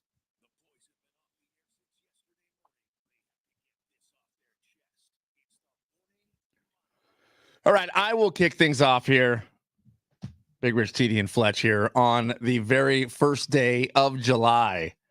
Watching some TV over the weekend, watching some Padres baseball, high fives being thrown. The hand goes up. And if people aren't looking, you don't get the high five. And I thought, oh, that's a bummer. Then I was watching some house remodeling shows with Sarah, like one does. Same thing happened. I watched this high five go up. No high five. Then this morning, I come in, walking down the hallway. I see another show member, different radio station. I throw up the high five. They turned quickly and darted into a studio. No high five given. And I thought, the missed high five, the no high five, is the ultimate form of disrespect. And right now, our very own Ben Fletcher, comes in and delivers with the high five. Look, I'm just saying, if somebody puts their paw up in the air because they're looking to say, hey, right on, congratulations, we did it. Go team. Teamwork makes the dream work. You throw that high five. It's a matter of respect. It's a matter of respect. It's a matter of respect, and I was disrespecting it, and I appreciate you, Fletch, coming in here and rectifying the situation. It was a good high five, too. I still feel the tingles in my hand. God, it's hot. It's hot. What you got, man? Well, there was a time in life where high fives we thought might be going away forever. Remember COVID? Yeah. It was like high fives were basically illegal. Shaking hands was basically illegal. Bummer. And I feel like that's a real connection between bros. I also love the bro hug, the solid grasp, solid hat, and then you bring in for the hug. Right, Tony's a big bro hug guy. Yeah, Tony does do the bro hug, which I'm good with because I feel like that's about my limit of special secret handshakes. You know, when it starts to turn into you do like the half like thumb lock hand thing, and then all of a sudden it switches to the finger lock, and then oh wait, am I supposed to do a fist bump? And then we do a bro, like there's too much. Let's just do the thumb thing. In for the bro hug. Good to see you, buddy. And then maybe finger guns at the end. Finger guns at the end would be a spin and a wave. If you want to add the spin and a wave, you may have to tell me beforehand, hey, when we finish this thing, we're going to finish it with a spin and a wave, which I would do. I'm in. My morning monologue is going somewhere. I actually already went this morning, but it's a little show called The Perfect Match on Netflix. If you haven't seen it, first of all, the view is beautiful. They're in Tulum, Mexico, which is the gorgeous, like really light blue water, you know? Okay. And everybody on this show, guys and gals, are some of like the best looking people on the planet. Like, I don't know how Netflix does it. I think they throw political correctness out the window when they cast these shows because it is just hot people everywhere. Guys are hot. Girls are hot. They're all hot together. Hot. And they also, I watched a TikTok popped up on my feed about how the production crew treats the people while they're staying in these houses. Okay. It sounds like 5-star service, but they also say they are putting drinks in our hand the entire time, trying to keep us drunk the entire time. And when you watch the show through that lens and you're thinking, oh, everybody's just hammered drunk the whole time, then everything starts to make a lot of sense because all the guys are constantly peacocking and puffing their chests, which, by the way, are oiled up the whole time somehow. And all the girls are like causing drama unnecessarily the entire time. But it's kind of funny when you see the middle school dynamic because it's always all the guys are on one side of the house, all the girls are on one side of the house, and then one person just has the balls to go up and start talking to a girl, and then everybody couples up immediately. This show is so trashy. It's terrible. It's also excellent TV if you're looking for something to watch. Is this the TV, your go-to TV? Not me. Kendall, this is how it always happens with reality. Kendall puts on the first episode, and I'm doing something else. Like I'm watching sports on the iPad or something. And then by the second episode, I'm like watching a little more. And then by the third episode, the iPad's gone. I'm watching Perfect Match. Does Kendall or yourself get so locked in that you just finish it all in one sitting?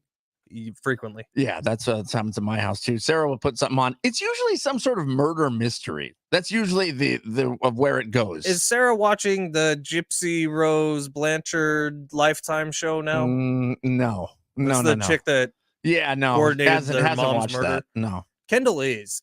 and it makes me sad every time I watch it. A lot of these are very depressing. Wait, this is another reality show? It's a reality show about Gypsy Rose Blanchard after she gets out of prison. Like, it follows It's her. actually her. Yeah, from the second day she's out of prison and follows her life for a year. Ugh. It's depressing as hell, man. Yeah. Like, I feel bad for her. I feel worse for the mom who's dead. Mm-hmm. And it's bad. And people like treating her as a celebrity. I'm like, she's been in prison for the last 20 years. Like, Mhm. why are we talking about her like this? I probably skip that one. Probably skip that. I skip most of them, to be quite honest. But Sarah will get locked in and she just watches them forever. Sarah also a big Taylor Swift fan. So any of this Travis Kelce, Taylor Swift news that comes out, she is all about it. And there is some new Travis Kelce news. He said, look, there's one condition that I will leave the Chiefs and play for another team. We'll tell you what that condition is coming up next.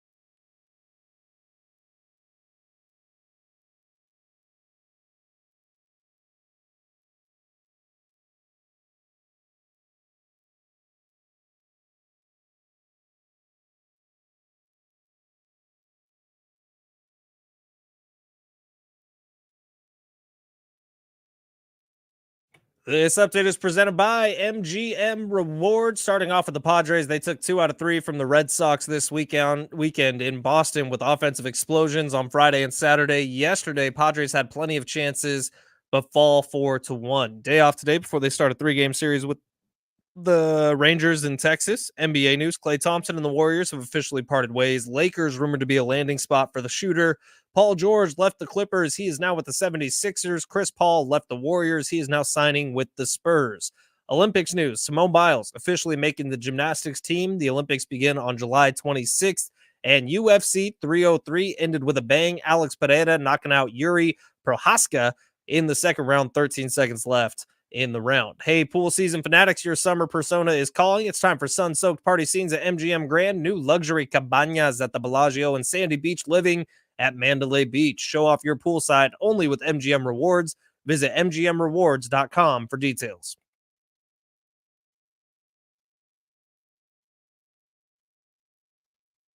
Coming up on the show today, we have a pair of tickets to go see the Rolling Stones out at SoFi Stadium. That's happening July 10th.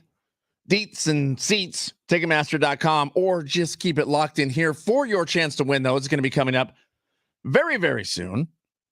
Big Rich, TD, and Fletch, San Diego Sports 760. Rich, a couple more days of vacay. So you got 4.5 hours without Rich now. And then we're back full strength on Wednesday, which I do believe it's a special Bar Cart Wednesday. Brought to you by Keg and Bottle, 10 locations all throughout San Diego County. I just put it out on Twitter or X that Rolling Stones tickets will be given away this hour. There it is. So before 8 o'clock hits this morning, we will be giving away Rolling Stones tickets. Just keep listening for your chance to win. Sweet. Also, if you'd like to go join us on July 3rd, this Wednesday, for our firework extravaganza out at the Mission Bay Beach Club, email benjaminfletcher@iheartmedia.com. And just say, hey, I'd like to come join you, and you'll get a 4-pack of tickets. You can sit out here in the VIP section with us and party with us as we watch fireworks, 7 to 9:30 p.m. out at Mission Bay Beach Club. It's going to be a blast. Music's going to be synced up with 101.5 KGB, which we do our afternoon show there. Big Rich, TD, and Fletch, weekdays, 3 to 7 p.m. Make sure you're listening on the free iHeartRadio app there as well. Now, TD, it's Monday. It is. Thursday is the 4th of July. Correct. Getting emotional about this. Is Same. it too early to talk about what's going on the grill or how we're barbecuing what's going on? No, I don't think so at So all. I got 4th of July, you got something planned. I got something special planned too. Every year we do this boys trip in the Bay Area, whether it's Memorial Day or 4th of July, it changes. This year it's 4th of July. All my college buddies in the same house, pool, barbecue, golf, all the things. Super stoked for it. On Thursday, 4th of July, I fly in early morning so I can get up to the house to start grilling. Okay. Because we are doing a bunch of Costco tri-tips in pit barrel smokers. Well, okay. Which takes about 6 hours. Yeah. And it is the best meat you will ever eat in your life. Okay, so you're throwing them in the pit barrel smoker. You're going to keep the temp at about 200 degrees. Mhm. Okay. With mesquite wood and that special Golly. charcoal that has like the apple flavoring on it to Okay. start it. So good. How do you season your tri-tip? All dry beforehand? rub. All dry rub. No marinade. I know some people do with their tri-tips. We don't. Dry rub. I don't know what he bought this year, but it's something good. Okay. And they basically just stay. It's literally a barrel. Like if you don't know what a pit barrel smoker is, you buy them now. They like refurbish old barrels and turn them into smokers, but you hang them basically on a clothes hanger. You hang the meat and you can get 6 or 7 in there and you just put the fire on, let the fire get going. Once it gets to the right temperature, hang the meat, leave the meat. Don't look at the meat. Don't think about the meat. Just leave it there. Let the smoke waft through the entire neighborhood. And then 6 hours later, you pull them out, cut them up, tender, put them on sandwiches. We're putting them on garlic bread. I can't wait. Sweet. Now that's a good way to go. I do marinate my tri-tip. I do if I'm throwing it on the grill at home. It makes it a little easier and more tender. Right. But if you're smoking it like this, you really don't need to. Like it's No, going I to be agree. tender and juicy the same. A dry rub with that long of a smoke. Man, oh man, we should talk to Myron Mixon. But he'll tell us to trigger pull inject it and actually don't let it go low and slow. He'll tell you to actually just cook it quick. Well, you know what? We've never talked to him about tri-tip before. We haven't. We should ask him how he does tri-tip. Now, tri-tip is more of a California thing. I agree, but you know that Myron Mixon's done a tri-tip. He likes pig butt. You know why? Oh, I don't. I say this. Pig butt to me, I feel like I can cook and not screw it up. You know what I'm saying? Like if I go a little too long with pork, it's still okay. Because pork is supposed to be cooked all the way through. Correct. And most of the time, if I'm cooking pig butt, I'm shredding it up. So it's not like I'm looking for the perfect cut here. But I mean, we'll see. Maybe we'll get a hold of Myron and see what he has to say. Trigger pull injector. That's right. Speaking of trigger pull injectors, Travis Kelce. Whoo-wee. He's a trigger pull ejecting. Yeah. Listen, so he was on his podcast with his brother, Jason, and they were talking about overseas games, and it was brought up, would Travis Kelce ever play for another team than the Kansas City Chiefs? And he said this.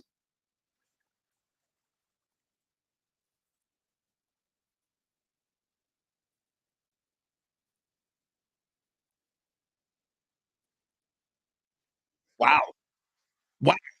He would leave the Chiefs. You really think he'd leave the Chiefs if they had a London team? Well, I think he's going to retire before there's a London team. But Yeah. I do think that's coming, by the way. And whether it's London or Germany or maybe Sao Paulo, Mexico City, there is going to be another NFL team that is stationed in one of those places. I think there's going to be an expansion of the league because they keep expanding the schedule. They're going to want to expand the team because why not? It's like the NFL, nothing hurts it, right? It just keeps on rolling. And if they expand, it's going to be maybe like the Jacksonville Jaguars moved to London and then they introduce a new team in the United States. Or maybe the Jags moved to London and maybe the Cardinals moved to Mexico City and they introduced 2 new teams in the States. Like it's coming. So it would have to be at least 2 teams that were added. So you'd have at least 2 international teams, hypothetically. I would imagine one is in London. I mean, that's where they go to year after year. They're obviously seeding London there. The other one, I don't know. Maybe Mexico is the play. That's our closest neighbor here, or Canada, obviously. Yeah, but they haven't really tried to infiltrate Canada. No, I've noticed that too. Toronto would be the one place to go, but Canada has the CFL. It works. It makes money every year. It's not like the WNBA that loses money every year. The CFL works. Right. So, like, I don't know that they necessarily even want to infiltrate that market. I think they want to go somewhere like a Mexico City makes perfect sense. The infrastructure is there. The population is there. They could move into that stadium, Azteca, whatever it's called, and it would work. Now, I don't know what team would move there. You would think they would want branded teams to go to international places, right? Why would that matter? Well, so the Jags in London, the Jags have already kind of built up a fan base in London. Like Shad Khan, the owner of the Jags, talks about the international fan base almost more than he talks about the Jacksonville fan base, because the Jacksonville fan base isn't all that good. And so when you go over there and you feel the home crowd environment like they actually do, they love that. And I think that they want to exploit that and they want to use that. The Mexico City one's tricky. The 2 teams that are the most popular there are the Arizona Cardinals and the San Francisco 49ers. They're not moving the San Francisco 49ers. They could move the Arizona Cardinals. Yeah, they could. I don't feel like they would. Just because the Cardinals haven't expressed any interest in being overseas. Cardinals fans haven't expressed a whole lot of interest in the Cardinals. That's true, but you can't just suck. That's the other problem. Where I mean, Jacksonville, they're seeing, well, one, when they go to London, they play better than anywhere else. So I guess I could see that. I've got to tell you, I'm out on this. I'm out. Don't dig the international team because it's thing. the National Football League. That's what I'm saying. That's actually that kind of is what I'm saying. I like the fact that it's here. I like the fact that it's United States. It just makes more sense to me. It makes me feel more connected with the teams. So if you take a team and you put it in London, it is so far removed from me that I don't know if I care as much. Now, have you ever been to Cleveland, Ohio? No, I have not. Neither have I. You know what team I watch every single year, no matter when they're playing? If it's a Thursday night game, I'm locked in. The Cleveland Browns. Yeah. It would be the same for me if it was the London Jaguars. Like I would still watch every single one of their games because it's the NFL and because it matters for my fantasy team and it matters to everyone else's fantasy team also. Well, yeah. No, I'm with you on that. I mean, if it happens, it's not like I'm not watching the NFL. I don't know. It's kind of 6 of one, half a dozen of another to me. It doesn't tweak me either way. Now, Viva Padres on YouTube brings up a really good point, and I knew this was going to happen as soon as we brought this up. He says they get an NFL team before San Diego, and then the emoji of the red angry man. Yeah. And he says, I get it, though. Now, if there was a team in Mexico don't you think the San Diego audience who's been looking for a team might root for that team? Yeah, I could see that. But if it's in Mexico City, It's not close. it's not close. Yeah, but I could see that. It, that would hurt. It would hurt to not have a San Diego team, but all of a sudden we have international teams. Now, if you're talking about expansion, potentially here. I don't know that they would add another California NFL team. They already have 3 now since the Raiders left, so they might they might be looking to do that. But I don't know if it's here. Well, there's 30 some million people here. You know, it's not like this is a small population. To you and me, makes perfect sense. Right. To the NFL, for whatever reason, it doesn't. Even though NFL writers who've been there a long time talk about San Diego as their favorite Super Bowls they ever went to, the ones that were here in San Diego. The weather is amazing. Perfect. It's the best location you could have for a Super Bowl. Absolutely. Absolutely. To me, it feels like an absolute moneymaker, except, you know, you hear that, oh, there's not fans out here to support the team. Crap. That's bull. That is absolute bull. I mean, I get angry about it. This Travis Kelce thing, by the way, is just garbage. That's touting, yes, I would like to go play overseas. He also said that he doesn't expect one to be, he expects one to be created within the next decade. He's 34. How many years does Kelce have left? 2? Maybe 2. He signed the 2-year contract. I have a feeling the Chiefs are probably going to win another Super Bowl in there. If they do win another Super Bowl, he might just go out. Like, he might be done. After one? He's a pretty good backup dancer for Taylor Swift. That is true. He was at his buddy's wedding. I forgot who it was. Another player. I'll have to look it up. He was at the wedding here in California, bailed out early so he could get to Dublin to see Taylor Swift perform. Do you feel like he'd be tired of seeing Taylor Swift? You think he'd be tired of the flights? Yeah, like exactly. God, being on a plane for 13 hours, I think, is the London flight, and he's done it quite a bit here recently. Right. No, absolutely. I mean, flying like Travis Kelce is different than flying like Ben Fletcher or Travis Dale. That is correct. If it's not private, it's first class, and I get that. And probably Taylor Swift is sending her jet to go get him. I don't know, but there's that. Nah, he didn't probably not. Have you ever flown first class? No, I did once, and it does ruin flying because it's so much better. It's so much better. Like I wish I was. It was a 3-hour first class flight. I wish it was 12. The last time I went flying, I was given pretzels, and I said, "Do you have any of the honey roasted peanuts?" And they said, "No, people have allergies." And I thought, are you kidding me? We can't have peanuts now? When did peanut allergies all of a sudden become a thing, by the way? You can't even have peanut butter in like preschool classrooms. It has to be sunflower butter. Right. Why are people allergic to peanuts now? I don't know, but it kills you. It does. Like, it's bad. It's really bad. Really bad. Well, anyway. Thank God I'm not allergic to peanut butter. It's like a God. top 3 food for me. And you're getting Brock at your birthday party, peanut butter ice cream. It's not my birthday party. It's Brock's birthday party. Brock's birthday party all that you're throwing, that you're going to go get decorations for. Also, and God, I hope she's not listening right now. Why do I have to do those errands? Like, Kendall's on summer vacation. Like, why is it that when I get off work at 3:00, I don't get to go home? No, I got to go to Petco. Maybe she doesn't want people to see her buying dog decorations. Maybe. She'll leave that up to you. You should get a Brock tattoo. Yeah? I mean, you were talking about getting a tattoo. I saw my mom this weekend, and she's listens to our show, and she said, "You are not getting a tattoo. You are not getting a squirrel strip pole dancing on your leg. You are not getting a tattoo." I said, "Mom, it's the fans. It's not me." Yeah, they've asked for this, and I have to deliver. Rolling Stone tickets coming up here in mere moments. So you're not going to want to go anywhere. They're going to be out at SoFi Stadium July 10th. Deets and seats, Ticketmaster.com, or we have a pair for you coming up in just a few minutes.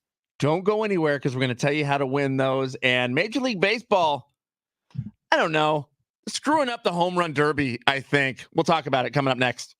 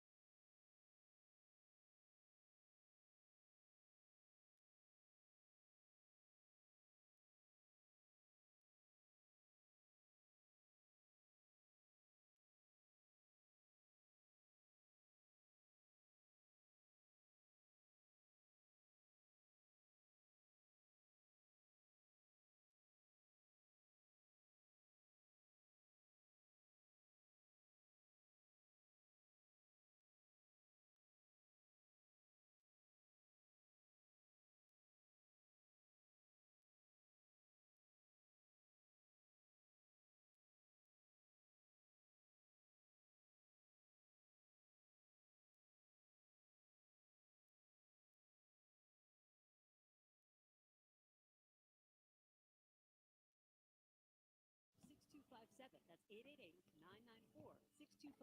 or visit purefinancial.com and click Get an Assessment. Hit us up on the Talkback mic. Just open up the free iHeartRadio app. Listen to San Diego Sports 760 and tap that little microphone icon next to the play button to leave a 30-second message. The Talkback mic, the Talkback mic, the Talkback mic, the Talkback mic, the Talkback mic, the Talkback mic, the Talkback mic.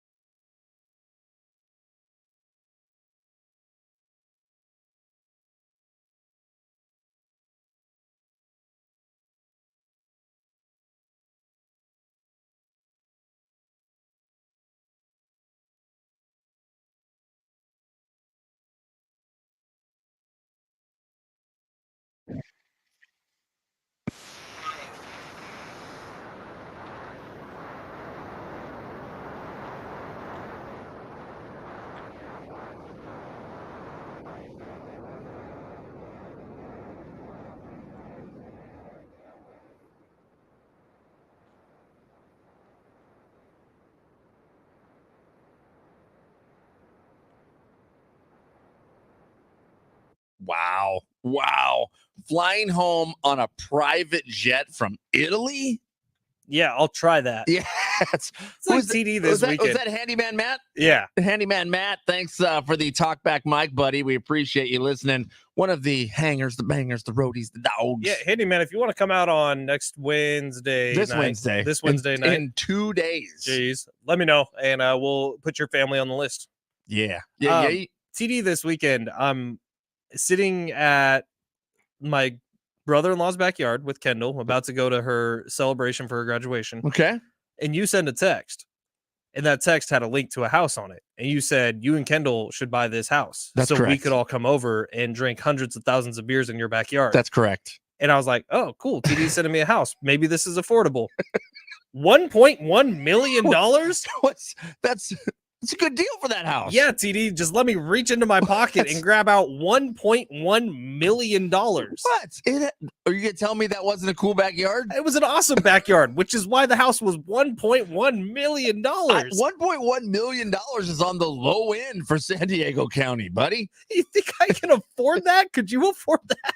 1.1 mil? Yeah. No, it's a little out of my price range. That's why I want you to buy it so I can come hang out with you and drink beers in the backyard with a built-in big green egg. It was awesome. Like, it was a perfect backyard. It was a really cool house. $1.1 million ain't happening. I feel like you're going to have to up your game a little. Okay. Yeah. You're going to have to up your game. Let's go buddy. talk to Mr. iHeart and see if we can do that. Be like, it's a show expense. Big Rich, TD, and Fletch need a bitchin' backyard. Right. This is true. The end. Are you in on the home run derby? I really used to love it. Like the Ken Griffey Jr. home run derbies, the Sammy Sosa, Mark McGwire. Like, it was awesome. When they were juiced. And then even a few years ago, you remember Vladdy Guerrero Jr. had that ridiculous home run derby? Yes. All the way in on that. Jose Rodriguez, the young star for the Mariners, he had a really fun one. See, there's a lot of fun ones. There are times, and they're very memorable. It's like the dunk contest went from being really memorable to really forgettable really quickly. Major League Baseball's home run derby, I guess I do like it. So I like it too. I think it's a fun watch, but I don't know if I'm in on this. So they're changing the rules up this year, and I guess every year after this. But it used to be a bracket style where, you know, it was head to head. You were playing against somebody. You have more home runs than them. You move on to the next stage. Not anymore. Now it's just going to be, they're going to take the top 8 and then move forward. I'll tell you why I'm okay with that. There have been times where the first couple rounds of the home run derby were the best rounds. And it's Okay. like you had these head-to-head matchups in the first couple rounds that Right. were incredible, and Right. guys were going back and forth, and then one of the top contenders gets knocked out early. Right. Now you can argue, well, that's part of it. Like March Madness, you get some incredible games in the Sweet 16, Which I like. which maybe both those teams should have been able to advance on, and they didn't because in March Madness, it's one and done. So maybe it's good. I don't know. Yeah, well, I guess we'll see. We're going to find out if it's good because that will eliminate that where if, one of the top contenders gets blown out early. I just like the head-to-head where it's because it feels like every single one of them is meaningful. Every single one of these matchups because it's one and done. It's always a game 7 here with these when they're going head-to-head. It just seems more fun to me. But we'll see. Maybe it turns out I absolutely love it. Like the Rolling Stones, who are going to be at SoFi Stadium. By the way, I've seen the Rolling Stones at SoFi Stadium. This is a show you don't want to miss. They're going to be there July 10th, so it's right around the corner. If you're looking to buy tickets, you're looking for information, go to Ticketmaster.com. But if you would like to win tickets for the people listening on the iHeartRadio app, the free iHeartRadio app, we're going to give you an opportunity as well. So we'll say 3.5 minutes from now. So at 7:57 on the money, that's when phone lines will open. 877-767-4760. That's the number. 877-767-4760. 7:57. That's when you have your chance to call, but you got to be caller number 7 at 7:56. Did you tell me 6 before? It doesn't matter. 7:57, even though Fletch is saying 6, 7:57 is the time, and caller number 7, that's who's going to go, even though he said 6. Because, look, I'm the one with the current mic that's available. It's Big Rich, TD, and Fletch. Rich out for a couple more days on vacation. Do we not have to talk about anything today? Extracurricular activities? I'm talking about commercials. We haven't had I haven't any. seen one. Okay, cool. I'm just making sure we haven't missed anything here without the big guy. STFatLoss.com. Prize picks. Is that right now? No. Okay, cool. Later on, we'll tell you about how fat we are and how we like to spend our evenings on our phones. Which Prize Picks, by the way, did you do any Prize Picks with UFC 303? I did. I lost. I also did one for Power Slap. Lost that one too. Now, are you allowed? Do they let you in after the match has already started? Oh yeah, they do. Well, Tony said he was having some trouble. What's up? So it depends. Like for UFC fights, like if you're trying to get one in on the second round of the UFC fight, yeah, it's already done. Well, because the fight was already done. Right, but if the fights begin at 3:00 in the afternoon, if you want to submit one at 4:00, you can. Got it. I'm with you. I get you now. We'll tell you about that a little bit later. We also have Danny Vietti, CBS Sports, covering Major League Baseball, host of Wake and Rake podcast. He's going to be joining us next hour. We're going to talk some Padres. We're going to talk some baseball. We also have Bottom of the Barrel coming up here and some news out of the NBA all coming up here next hour. Don't go anywhere. And don't forget, 7:57 is the time to call for Rolling Stone tickets. Big Rich, TD, and Fletch.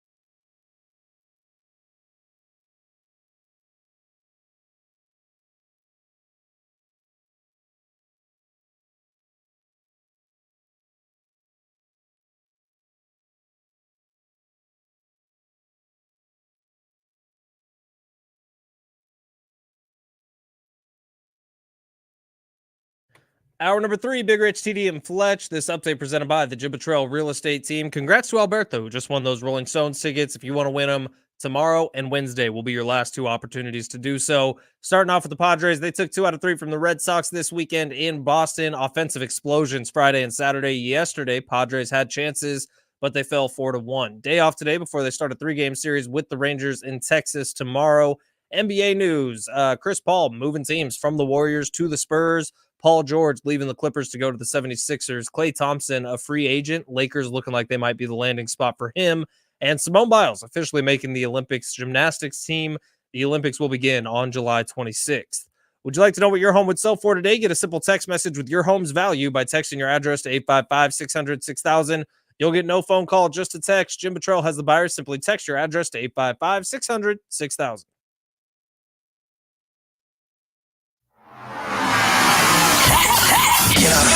It's Big Rich, TD, and Fletch on San Diego Sports 760. 5 out of 6 ain't bad. Padres win 2 of 3 out in Boston. Now it's 3 in Texas. NBA players on the move across the league. So will the King return to downtown LA? Well, just because LeBron says he would take a pay cut doesn't mean that he will take a pay cut. The Lakers have to earn it here by opening up the opportunity to sign a player they'll take a pay cut for. Plus, if you ever thought what Bar Card Friday is all about, I'm going to be honest with you. That was one of the worst experiences of my life. I hope I'm next with the amount of lip There he action.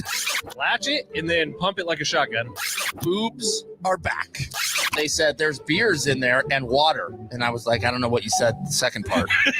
Our buddy has PTSD from just months ago when he shattered his ankle on a walking trail with his dog, You know Brock. what? I did see a squirrel yesterday, and I peed my pants a little. and you wonder how they make it back every Monday. Let's start the week. This is a very different show. Feel that? Now, here are the guys. Shattered his ankle indeed on an acorn. That's our buddy Fletch. Big Rich, TD, and Fletch. Rich out on vacation. A couple more days here. TD and Fletch sitting in while the big guy is away. And it wasn't just your ankle, it was your whole leg.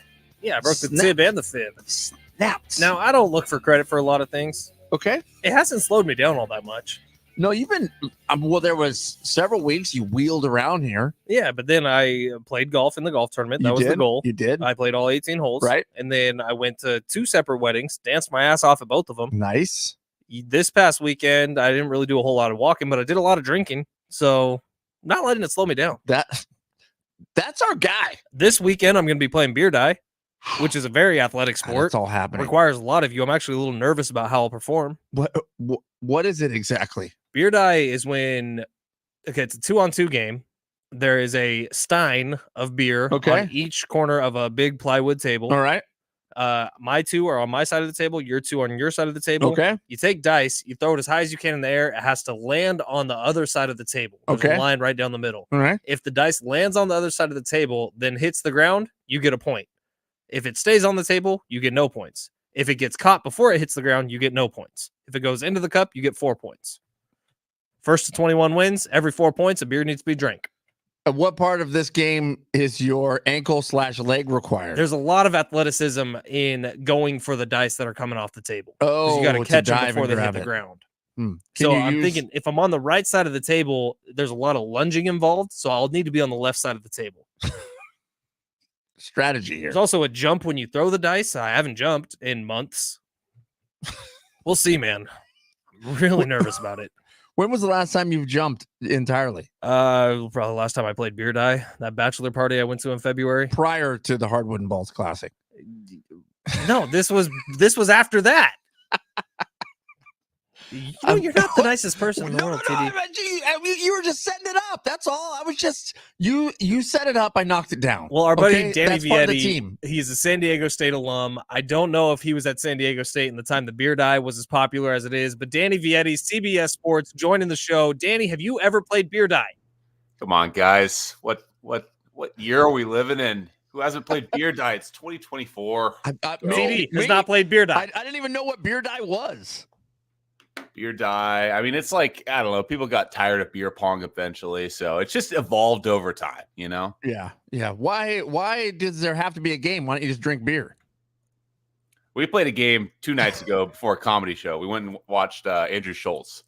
Stupidest game of all time, but you know what? It did the job. You literally just passed around a die. You rolled it.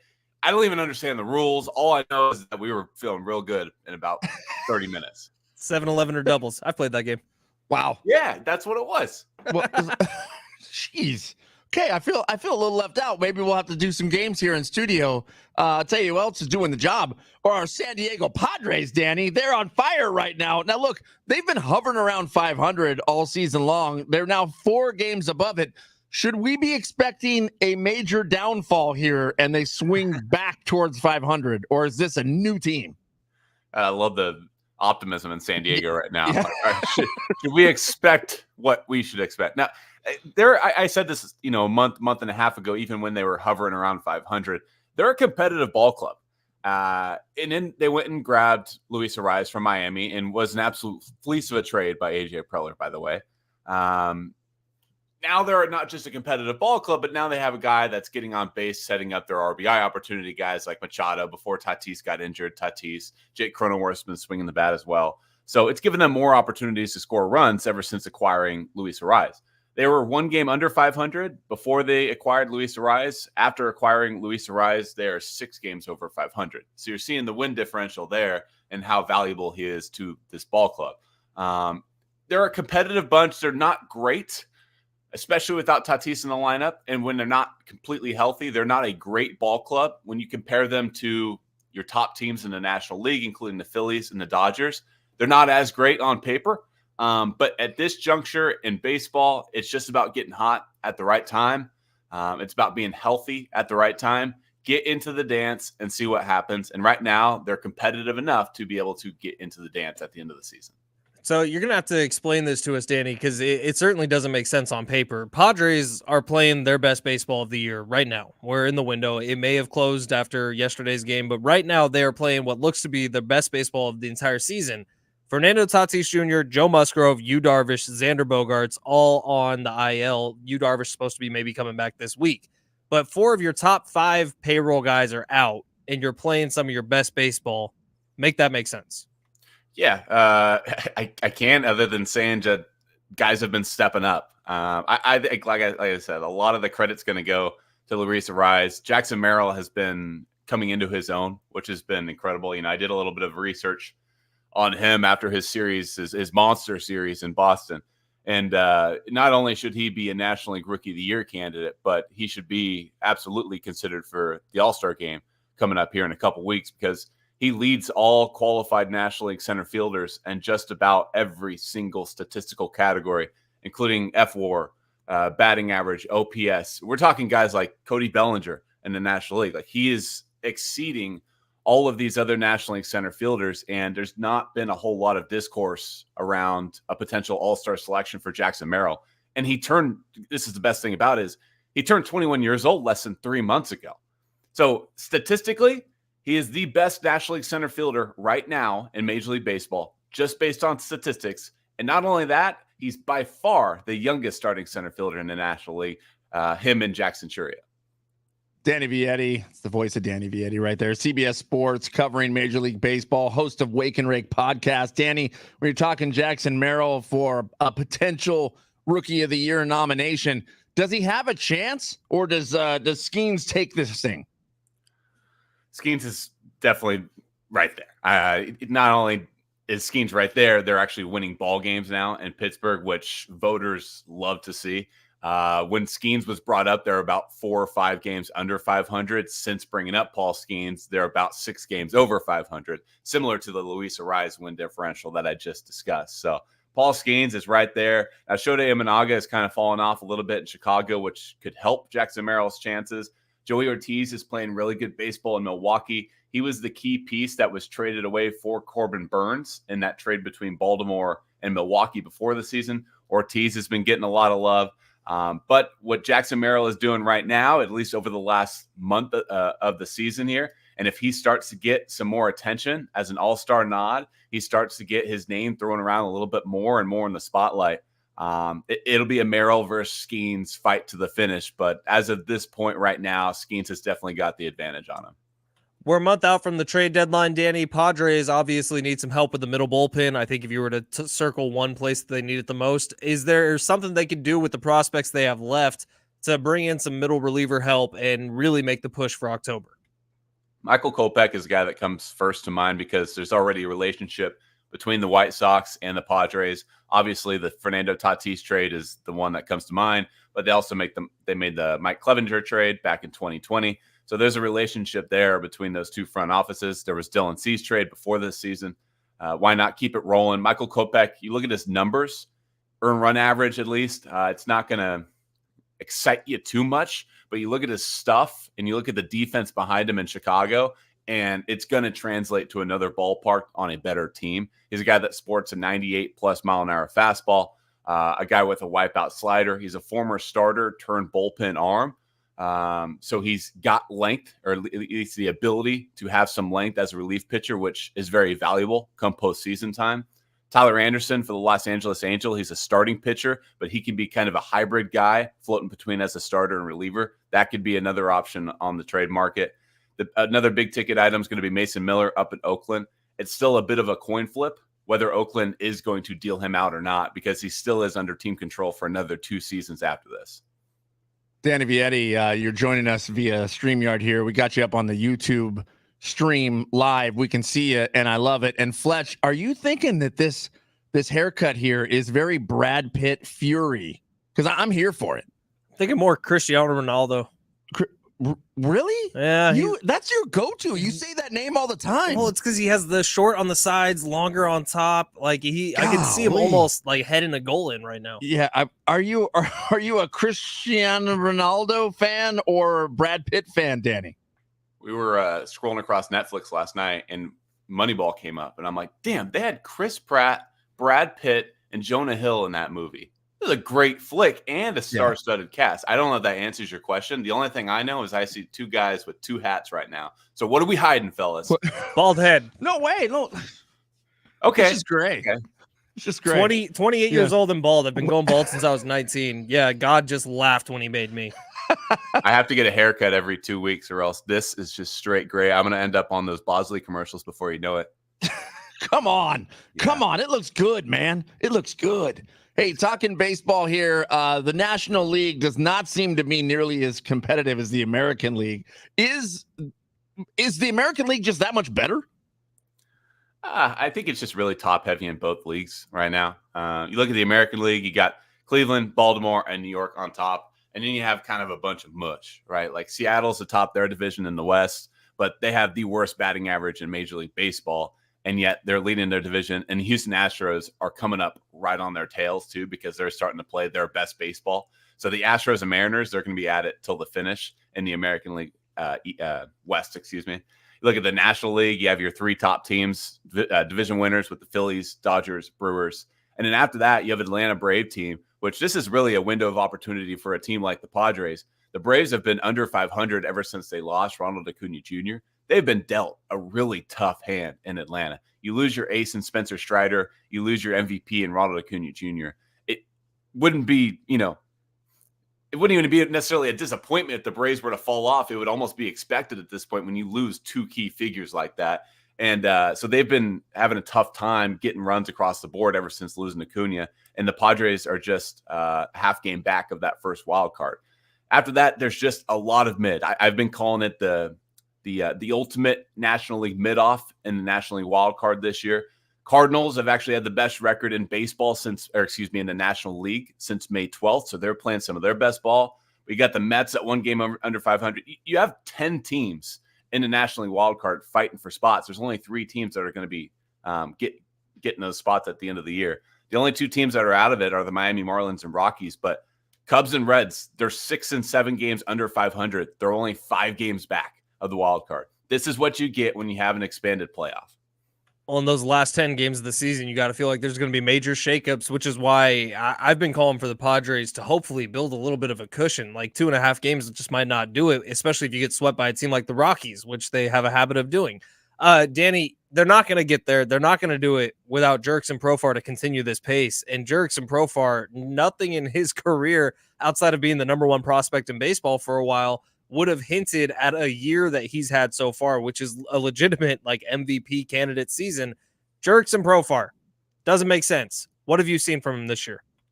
Yeah, he's legitimately an MVP candidate, or at least should be considered. He's not a front runner right now, but the story has been one of the best stories in Major League Baseball. I mean, you're talking about a guy that was a former number 1 overall prospect with the Texas Rangers, never came to fruition, the hype, sent over to Oakland, had a decent season with Oakland and was kind of coming into his own, was sent over to San Diego, and it's always been more of a utility role player. San Diego didn't want him last year, so he signs with Colorado, the last place Colorado Rockies, arguably one of the worst baseball organizations, and he hits about 230, and he's released, and his only offer on the table is to come back to San Diego on a minor league deal. Comes back to San Diego on a minor league deal and plays for the last month of the season, inspires a team that was already down in the dumps after a disappointing season, signs a 1-year deal here in 2024 to come back to the Padres. And he's just been incredible sense of energy, or source of energy, I should say. And not only is he a fan favorite, but you look at the numbers this year, he should be starting in the All-Star game, maybe even right next to Jackson Merrill. It's been, in my opinion, one of the best stories of the year. And I couldn't be happier for the guy, because you look at the way this guy plays, and you could just tell that with guys with these big, massive contracts, and I'm not trying to, criticize them by any means, but the Machados, the Tatises, like, they are set in place for the next 15 years of their lives. Whereas you can tell that Jurickson Profar is playing every single day like it could be his last. And you can see that he is the pride and the energy of this team. And I just couldn't be happier for him in particular, because you could just see it on the field. Yeah, I think we all feel the same way. It's pumped, or we're pumped up about it, man. Danny, it looks like you got a big old golden retriever who walked in to say hello to you. Is that what that is? Yeah, he's a 14-year-old lab now, guys. He's a 14-year-old lab. He's brittle, but he's got a heart like a lion. Nice. Do you ever throw birthday parties for your lab? No. What are we doing? What are we doing? What? Oh, well, what? Turns out, is San Diego getting soft on me? Well, I mean, turns out Fletch right after the show is swinging by Party City because he's got to get some decorations for his 1-year-old puppy dog. Oh, 1-year-old? Oh, man. I'm gonna block your number. Well, I could put it all on my wife, but I love this dog more than anything, and he deserves a birthday party. He's a good boy. He's been in training the last 6 weeks. He deserves it. Did you invite other people to this birthday party? That's the it's just us. That's fine. I'll allow it. Okay. All right. I was a little sad, actually. I was hoping that we would get an invite in the mail that we could RSVP. But he's got dog ice cream. He's got streamers. He's got a little party hat and a little bow tie. Mm-hmm. It's going to be adorable. And 2 moms. What? What? It's my wife's idea. This is her grand scheme. I made fun of it for a while too, but as it gets closer and closer, I get more excited for it because Brock deserves to be celebrated. And yes, he is named after Brock Purdy.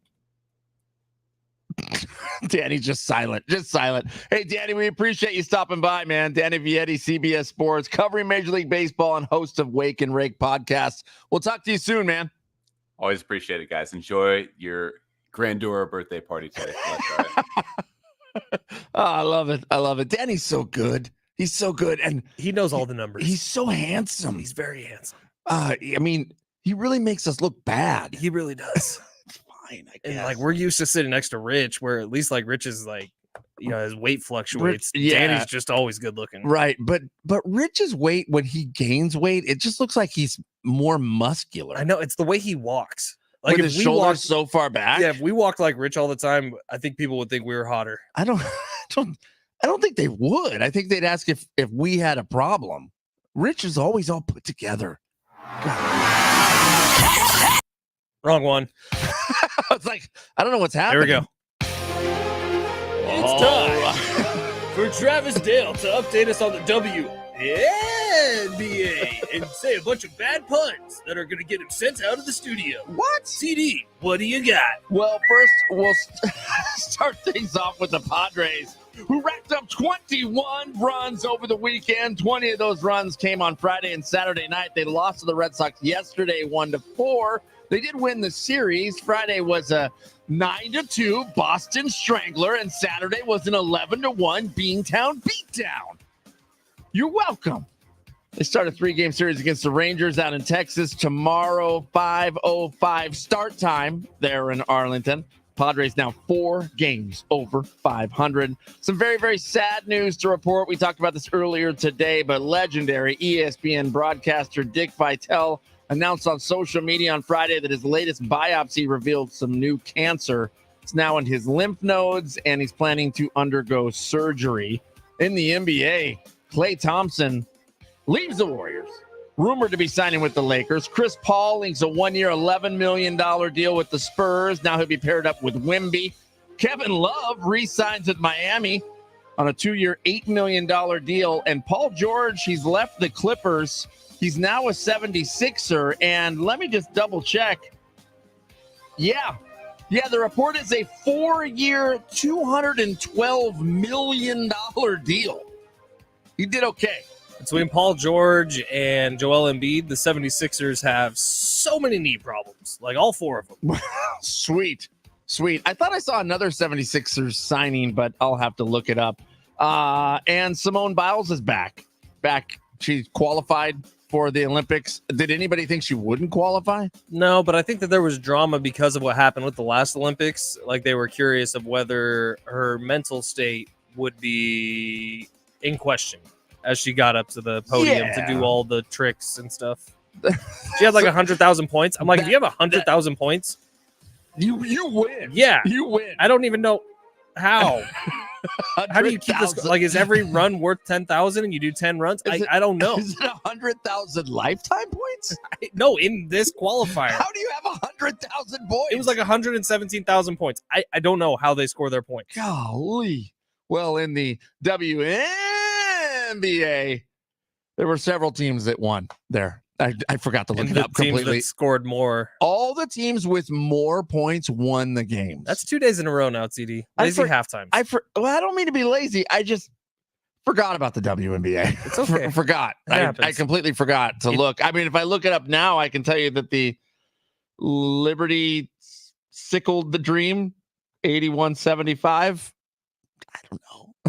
The Fever dreamed the Mercury, I don't know, 88-82. And the Lynx, saucy little disguise. Oh, no, it's Minx. Saucy little Minx, 70-62. I don't know. I just made up off the top of my head. They were like your best ones ever. Yeah. You should do that more often. Great. The Paul George thing is kind of funny because him leaving for the 76ers, when Paul George joined the Clippers, it was like a promise that Paul George and Kawhi Leonard would bring an NBA championship to the Los Angeles Clippers and put them on the map. Dream never realized. No. However, they got James Harden for 2 years at like $35 million a year. That's Sweet. wild. Being a bad NBA player who sticks around for a long time, and James Harden was a very good NBA player for a while, and then he's been bad for the last 2 or 3 years. Mm-hmm. Still gets you $35 million a year. I could be a bad NBA player. You would be a bad NBA player. I'd be terrible NBA player. I would be so much worse. And listen, I would take literally the lowest end paycheck. I think it's like 1.2 mil. What? Yeah, right under $1.2 million a year to literally never play. And I'm in on that. That's the dream. That the is the Lakers dream. had this tall ass white dude for a long time that never got off the bench. His name was Jared something. I think it was a Russian last name. He's making $10 million a year. God. Never once played like more than 2 minutes in a game. Man, oh man. How? That's what I want. That's what I want. It's like being a backup quarterback in the NFL for years. I thought that would be my dream job. No, being an NBA player who never leaves the bench, who only warms up, that's the dream. That sounds perfect. God, it sounds perfect. You got kind of, I was going to say trolled, beat down by Danny in your dog birthday party. I know, that was kind of lame of him. Why? I would think like a good-looking dude, well-kept haircut. He'd be all about the dog parties. He looks like a dog party guy to you? He looks like a dog party guy to me. He does not strike me as a dog party guy. I mean, I could flip that script on him so fast. He's a nerd. Like Danny Vietti is one of the biggest nerds I've ever talked with. Really? Yeah, but about baseball numbers. Well, not like nerd like you, where it's like arcade games and spending $250 on a 1945 wrapped Dragon Warrior cassette tape. Be cool. But it's like about like he knows every single person in Major League Baseball and what they do. Like that's exhausting to me. When you say wrapped, you mean it's complete in box and sealed? Sure. I'm in on that. Although sort of in, because for some reason I do like to open them. When were the first video games like that you could play? Is it Pong? Was that it? Well, like at home? Yeah. Like what's your oldest video game set? Well, the oldest video game set I own, yeah, it's probably an Atari 2600 is the oldest. And when did that come out? 77. 77. Huh. Mm-hmm. You never play Atari? When you were born, did video games exist? Yes, I was what? I was born after that Atari 2600. Come on now. You were born in the 80s? I was born in 79. Oh. Jeez. Come on. I'm a millennial. Towards the end, I think, of the millennial. No, you're Gen X. Oh, Gen X. That's Rich what I meant. is Gen Y. I'm Gen Z. I always forget because I don't really care about the names of them. That was the other thing about Perfect Match. The third time I've mentioned Perfect Match on Netflix today. This really is. This has been the most Perfect Match push ever. There's dudes that like care about their signs. There are? On like that show, there are. astrological signs? Yeah, like Scorpio and stuff. I don't even know what I am. I know that I'm a Taurus, and I know those are supposed to be stubborn. That's all I know about them. So every time it's brought up of something, I'm like, yeah, really stubborn. And I don't know if that's true or not. I just say it, but I have no idea. I don't believe in the sign thing. Stubborn is actually not close to how I would describe you. You're the opposite of stubborn. You're very go with the flow. I think I'm stubborn. Like someone tells me to do something I don't want to do, I bitch and moan or don't do it. You? What? Yeah, me. Wow. Big Rich, TD, and Fletch here on a Monday, the 1st of July, Bobby Bonilla Day. He got himself a check in his bank account this morning for $1.193 million, $1.2 million. Golly, I wish I was Bobby Bonilla. But we got a lot more to get to. Brooks Koepka was trolled by a hockey player. And speaking of perfect match, C-Mac found his true love. We're going to talk about it coming up next.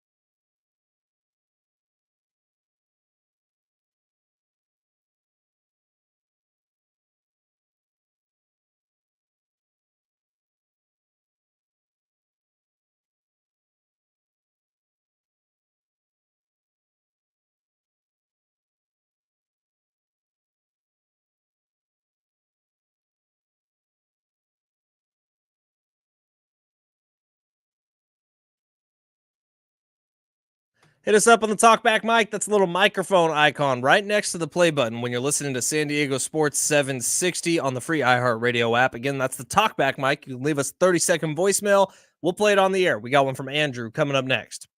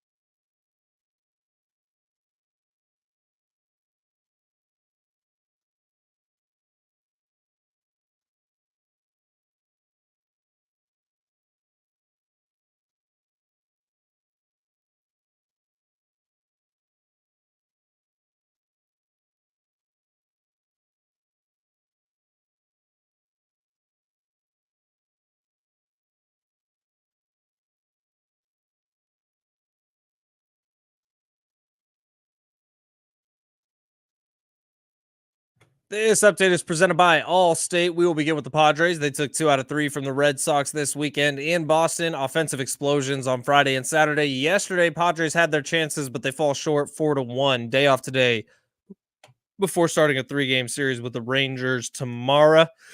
NBA news. Klay Thompson, Warriors officially parting ways. Lakers rumored to be a landing spot for the shooter. Paul George leaving the Clippers. He's going to the 76ers on a 4-year deal. Chris Paul leaving the Warriors to sign with the Spurs. Olympics news. Simone Biles officially making the gymnastics team. Olympics begin on July 26th. And UFC 303 ended with a bang as Alex Pereira knocked out Yuri, however you say his last name, in the second round. 13 seconds left. Some people just know the best rate for you is a rate based on you with Allstate, not one based on anyone else. So if you drive safely, you could save money. Good to know. Visit allstate.com or call for a quote today.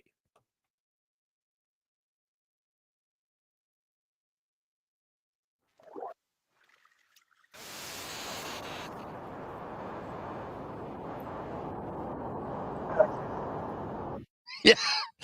Who was that? Who was that?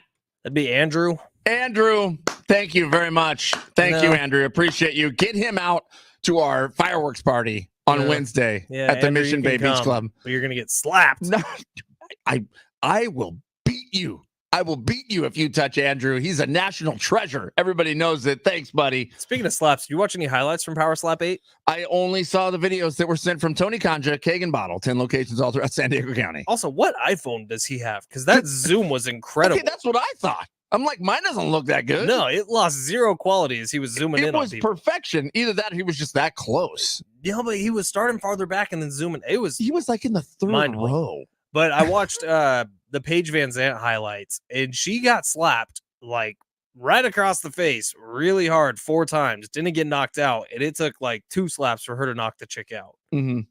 That's a cool sport, man. It's a rough one. Like that one seems more violent than UFC because you can't defend yourself. Yeah, you just sit there and just get hit. You just got to take it. Man. Could you do that? Like, could you No. stand No. and just know someone's winding up to slap you? And especially for like us, it would be a big old meaty paw coming right at your face. Could you stand there without flinching? Do you know how? No, I don't think I could. I don't think I could Do you know either. how much your bell would ring with Every those? time. Oh my gosh. I mean, that would be unbelievable. Now, I guess what the rules are is they get slapped and they have to take whatever cone little thing foam is, that little bar. foam bar, and they have to tap the foam bar at the center podium You got to prove that you're coherent. by slapping with the foam bar. Mhm. Now, there are guys and girls who on their way down will try to grab that foam bar and still tap it. Do they still get to get up and do it again? There's a consultation after every single one of them with like a medical professional or supposed to be a medical professional who like looks them in the eyes and does a quick test. And if they pass the quick test, they're allowed to go back and get slapped again. Man, well, Paige Van Zandt, after getting smacked, was just getting angrier and angrier. Yeah, and she kept just like smiling at the chick. It was kind of scary. Man, Big Rich, TD, and Fletch here, and Rich out on vacation. Now, Rich will go do sports reports, updates for some other stations here during the breaks, little inside info. Now, I am filling in, doing those updates on the other stations while Rich is away. And while I was just in the last station, they said, hey, so you have only one more day with us. How about that? And I thought, are you guys counting this down? Are you guys ready for me to be done? Thank God the bad man leaves. That's really what it felt like. We miss Rich. That is 1,000% what that felt like. We brought this up on our afternoon show, but TD and I were sitting in here on, it might have been Thursday last week, Mm-hmm. and we're without Rich on the afternoon show. And usually during the afternoon show, every commercial break or every other commercial break, someone's stopping in the studio All the time. to talk to us. Right. And we feel good about that. We're like, oh, people in the building Yeah, care about us. Right. Ever since Rich has gone on his vacation, not once, Not one time. not one person has walked to the studio to have a chat about a sales thing. And I'm thinking, oh, well, we're getting close to the 4th of July. Maybe people are taking a break. I think it's us. Yeah, no, it's a full house over in the sales department. We're Everybody's the problem. It's us. there. Yeah, that's exactly right. So I feel bad. I feel like I'm letting the team down by not being as good as Rich. Like, what is it? Is it how good looking we are? Does like Rich bring us up that much? Sure, that's part of it Is as it well. His personality, is it that much better than ours? Yeah. Also, the last one I just did, as I walked in, they were talking about something. And they said, "Don't bring it up on air." And so, of course, I immediately brought it up on air, and I think they were super angry about it. Whatever. It happened. They don't know me. They Well, don't know I me. love you. You send me a text, I'm reading that text. That's true. And they don't realize that. Well, thank you. I love you as well, Fletch. Stanley Cup winner. Man, I'm going to mess up this name. Aaron Akblad. Sure.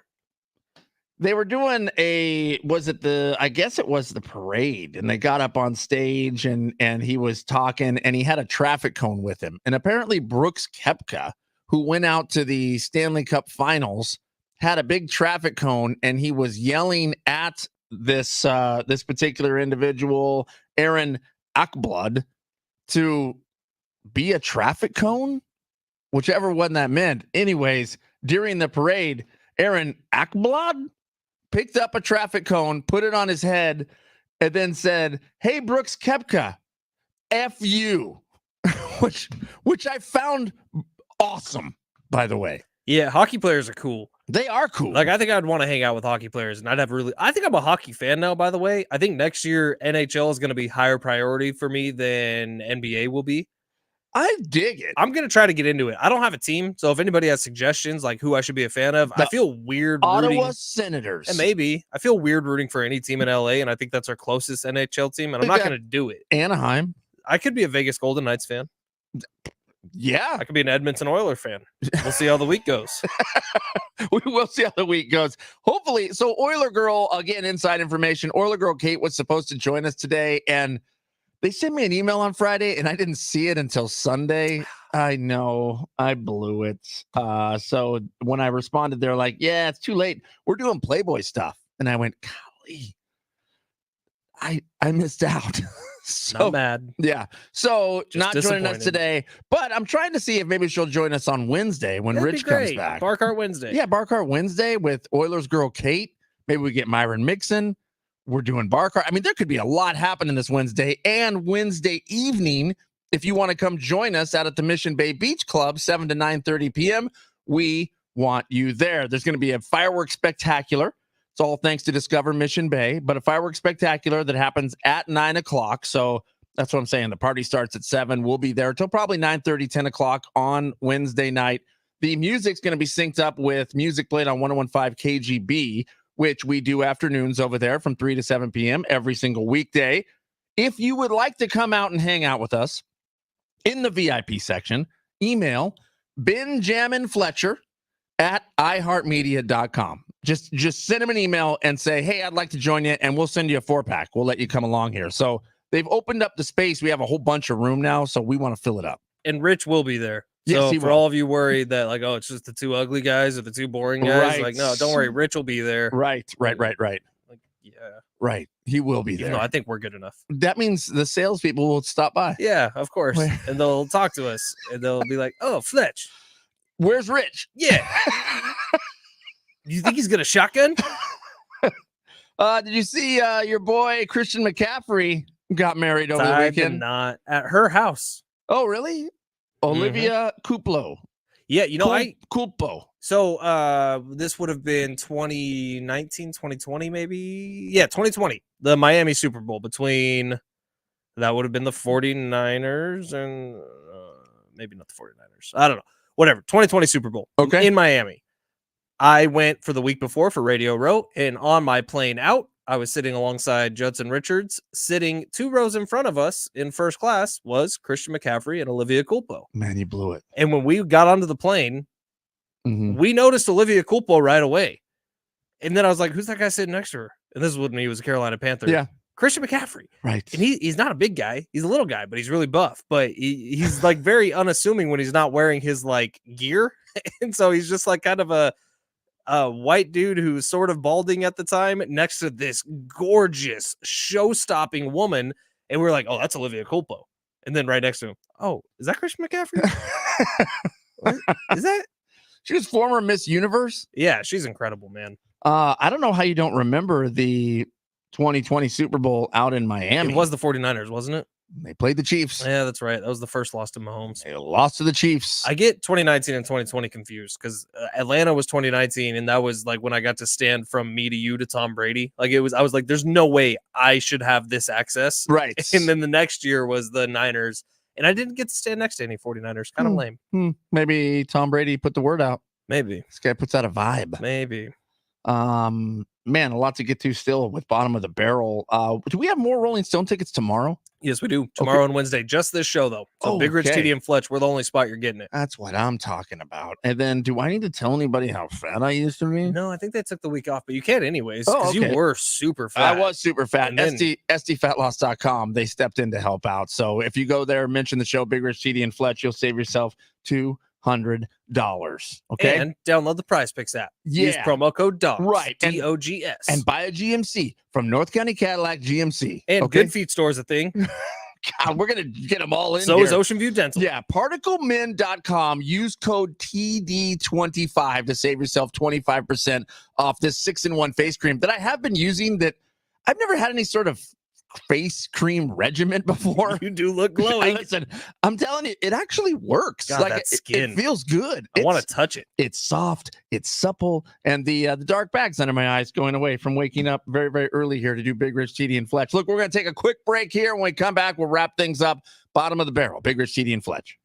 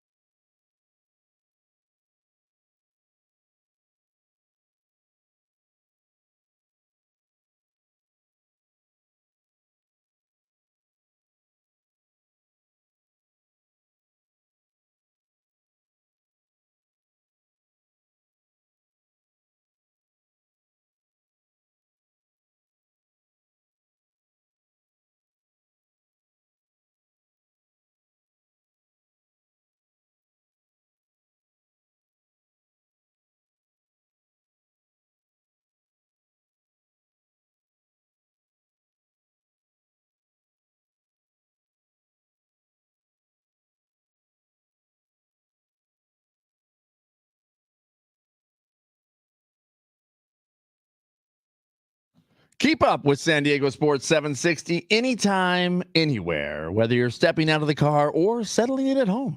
Just ask your Google or Alexa smart speaker to play AM 760 or stream it live through the iHeartRadio app. It's never been easier to stay connected with your favorite shows like this one, Big Rich, TD, and Fletch. San Diego Sports 760, we're more than great sports.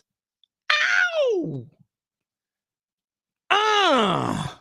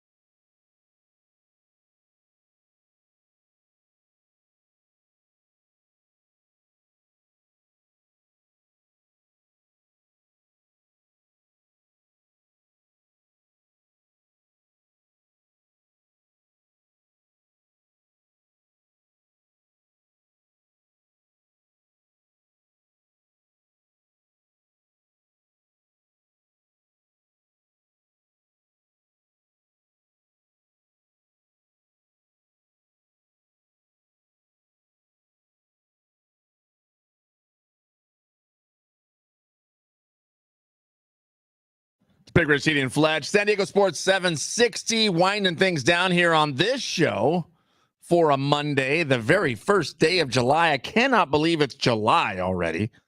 So you're flying by. Each year moves a little bit faster as you get older, Fletch. Yeah, I actually had like an internal monologue last night about how old I was, and I couldn't remember. And this was at like 10:30 at night when I was supposed to be asleep. Mm-hmm. That's not fun. I'm 28, by the way. 28. Figured that out. Your dog, Brock, 1-year-old, and you'll be throwing a birthday party right after the show here. How long is the party going for? Do you guys have a time set, like don't. 5 to 7? Probably until he pees on something. Like, it's a dog. Are there gift bags you're gonna make for visitors? There's no it's just me and Kendall. Yeah, but you still want them set up, little party favors. I think just there in is a case. bottle of champagne we're gonna pop. Like, it's a thing. You're gonna pop a bottle of champagne? Yeah, I'm gonna look and see if at Petco they have any of those dog beers. I think Pabst released a line of dog beers, or They maybe it did? was Busch. I can't remember. One of the It's one of your favorites. I know. Mm-hmm. One of your favorites. That and Bud Light, your top two. Coors Light coming in at a number 4 on the list because we did a blind taste test and that's where you ranked them. What was number 3 every time? Michelob. I don't remember. I think it was. It was a dumb taste test. I think it was Michelob Ultra came in at number 3 every single time you tasted these things. If every presidential election is allowed to dispute the vote, no matter what side, like they're all say, "Oh, it's voter fraud." I am allowed to dispute how this was set up. Listen, do I really trust Rich Ohrnberger to remember every single beer that he poured and where they were? but I also did it. Yeah, but yours was so fast, and it was already at the. And that was Wait, the one what where do you mean it was Coors. so fast. But that was the one where Coors Light ranked the highest. The one you did. It was. I think I got second place on that one. Well, we I did think 3 it of did. these. I think it did. You are correct. They got second place on that one. Michelob Ultra still took number 3. I think on mine, Busch Light was your favorite. number 1. So it went Busch, Coors Light, Michelob, Bud. And then Miller was dead last every time. Miller was really the only one you could pick out of the lineup I think every that's single accurate. time. So Miller, because you would taste that one and go, "Oh God, that's got to but I be think that's got to be Miller." Like Miller Lite for sure has the coolest branding, like the champagne of beers. They got awesome T-shirts. Yeah, that is true.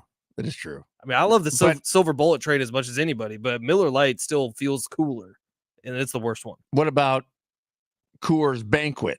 Coors Banquet's badass. Coors Banquet's got some cool logos I had and, one of them this and weekend. merchandising. You had a Coors I Banquet? did. Yeah, brother-in-law's a big Coors Banquet guy. How did that make you feel versus the Coors Light? It's good. It's heavy. Like you can tell the difference. Like Yeah, Coors it's- Banquet does. After you had one, you're like, I don't need another one. It's funny that you say that because I did the same thing where I had a Coors Banquet after we had a lot of Coors Light, and I thought it's like motor oil. It's so thick. it's a Coors Banquet. Okay, but perfect example. Like this weekend, I'm reuniting with all my buddies from college. Like everyone who was in our college house is going to be at this house this weekend. Coors Light is what we're drinking. Your 4th favorite beer. Kind of a bummer.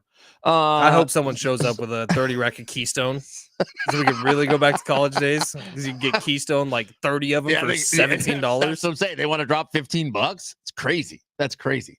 If you are going to drop $15, do it at Cake and Bottle. 10 locations all throughout San Diego County as you get ready for this 4th of July weekend. Travis Kelce was at was it a wedding? Is that what it was? Yeah, it was a wedding here in California. Clyde Edwards-Helaire CEH. getting married. I don't know where in California, but out in California, Travis Kelce dipped out a little bit early because he had to jump on a plane to get out to Dublin to see his girlfriend. Are you feeling like soon to be fiance? I think so. I feel that as well, but I mean, they're going to wait until the NFL season kicks off, right? It's going to be after a game-winning touchdown. TD. Oh, He's going to get down on one knee. It's a love story, baby. Just say yes. It's lame.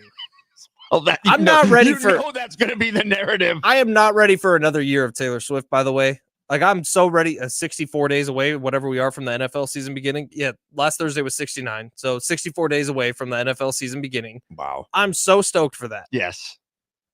I could do without the Taylor Swift this year. So we're probably 65 days away from saying they're engaged. Maybe. Maybe not week 1. The first night of the NFL season? I don't know about that, but I bet you it happens during the Chiefs. NFL season. I bet you there is something that happens with that. You know, last year the Chiefs lost on opening night, Thursday Night That's Football right. against the Detroit Lions. That's right. Do we see the Chiefs lose this year to the Baltimore Ravens? Is it too early to do a breakdown of the game? Is it too early to talk about Lamar Jackson versus Patrick Mahomes?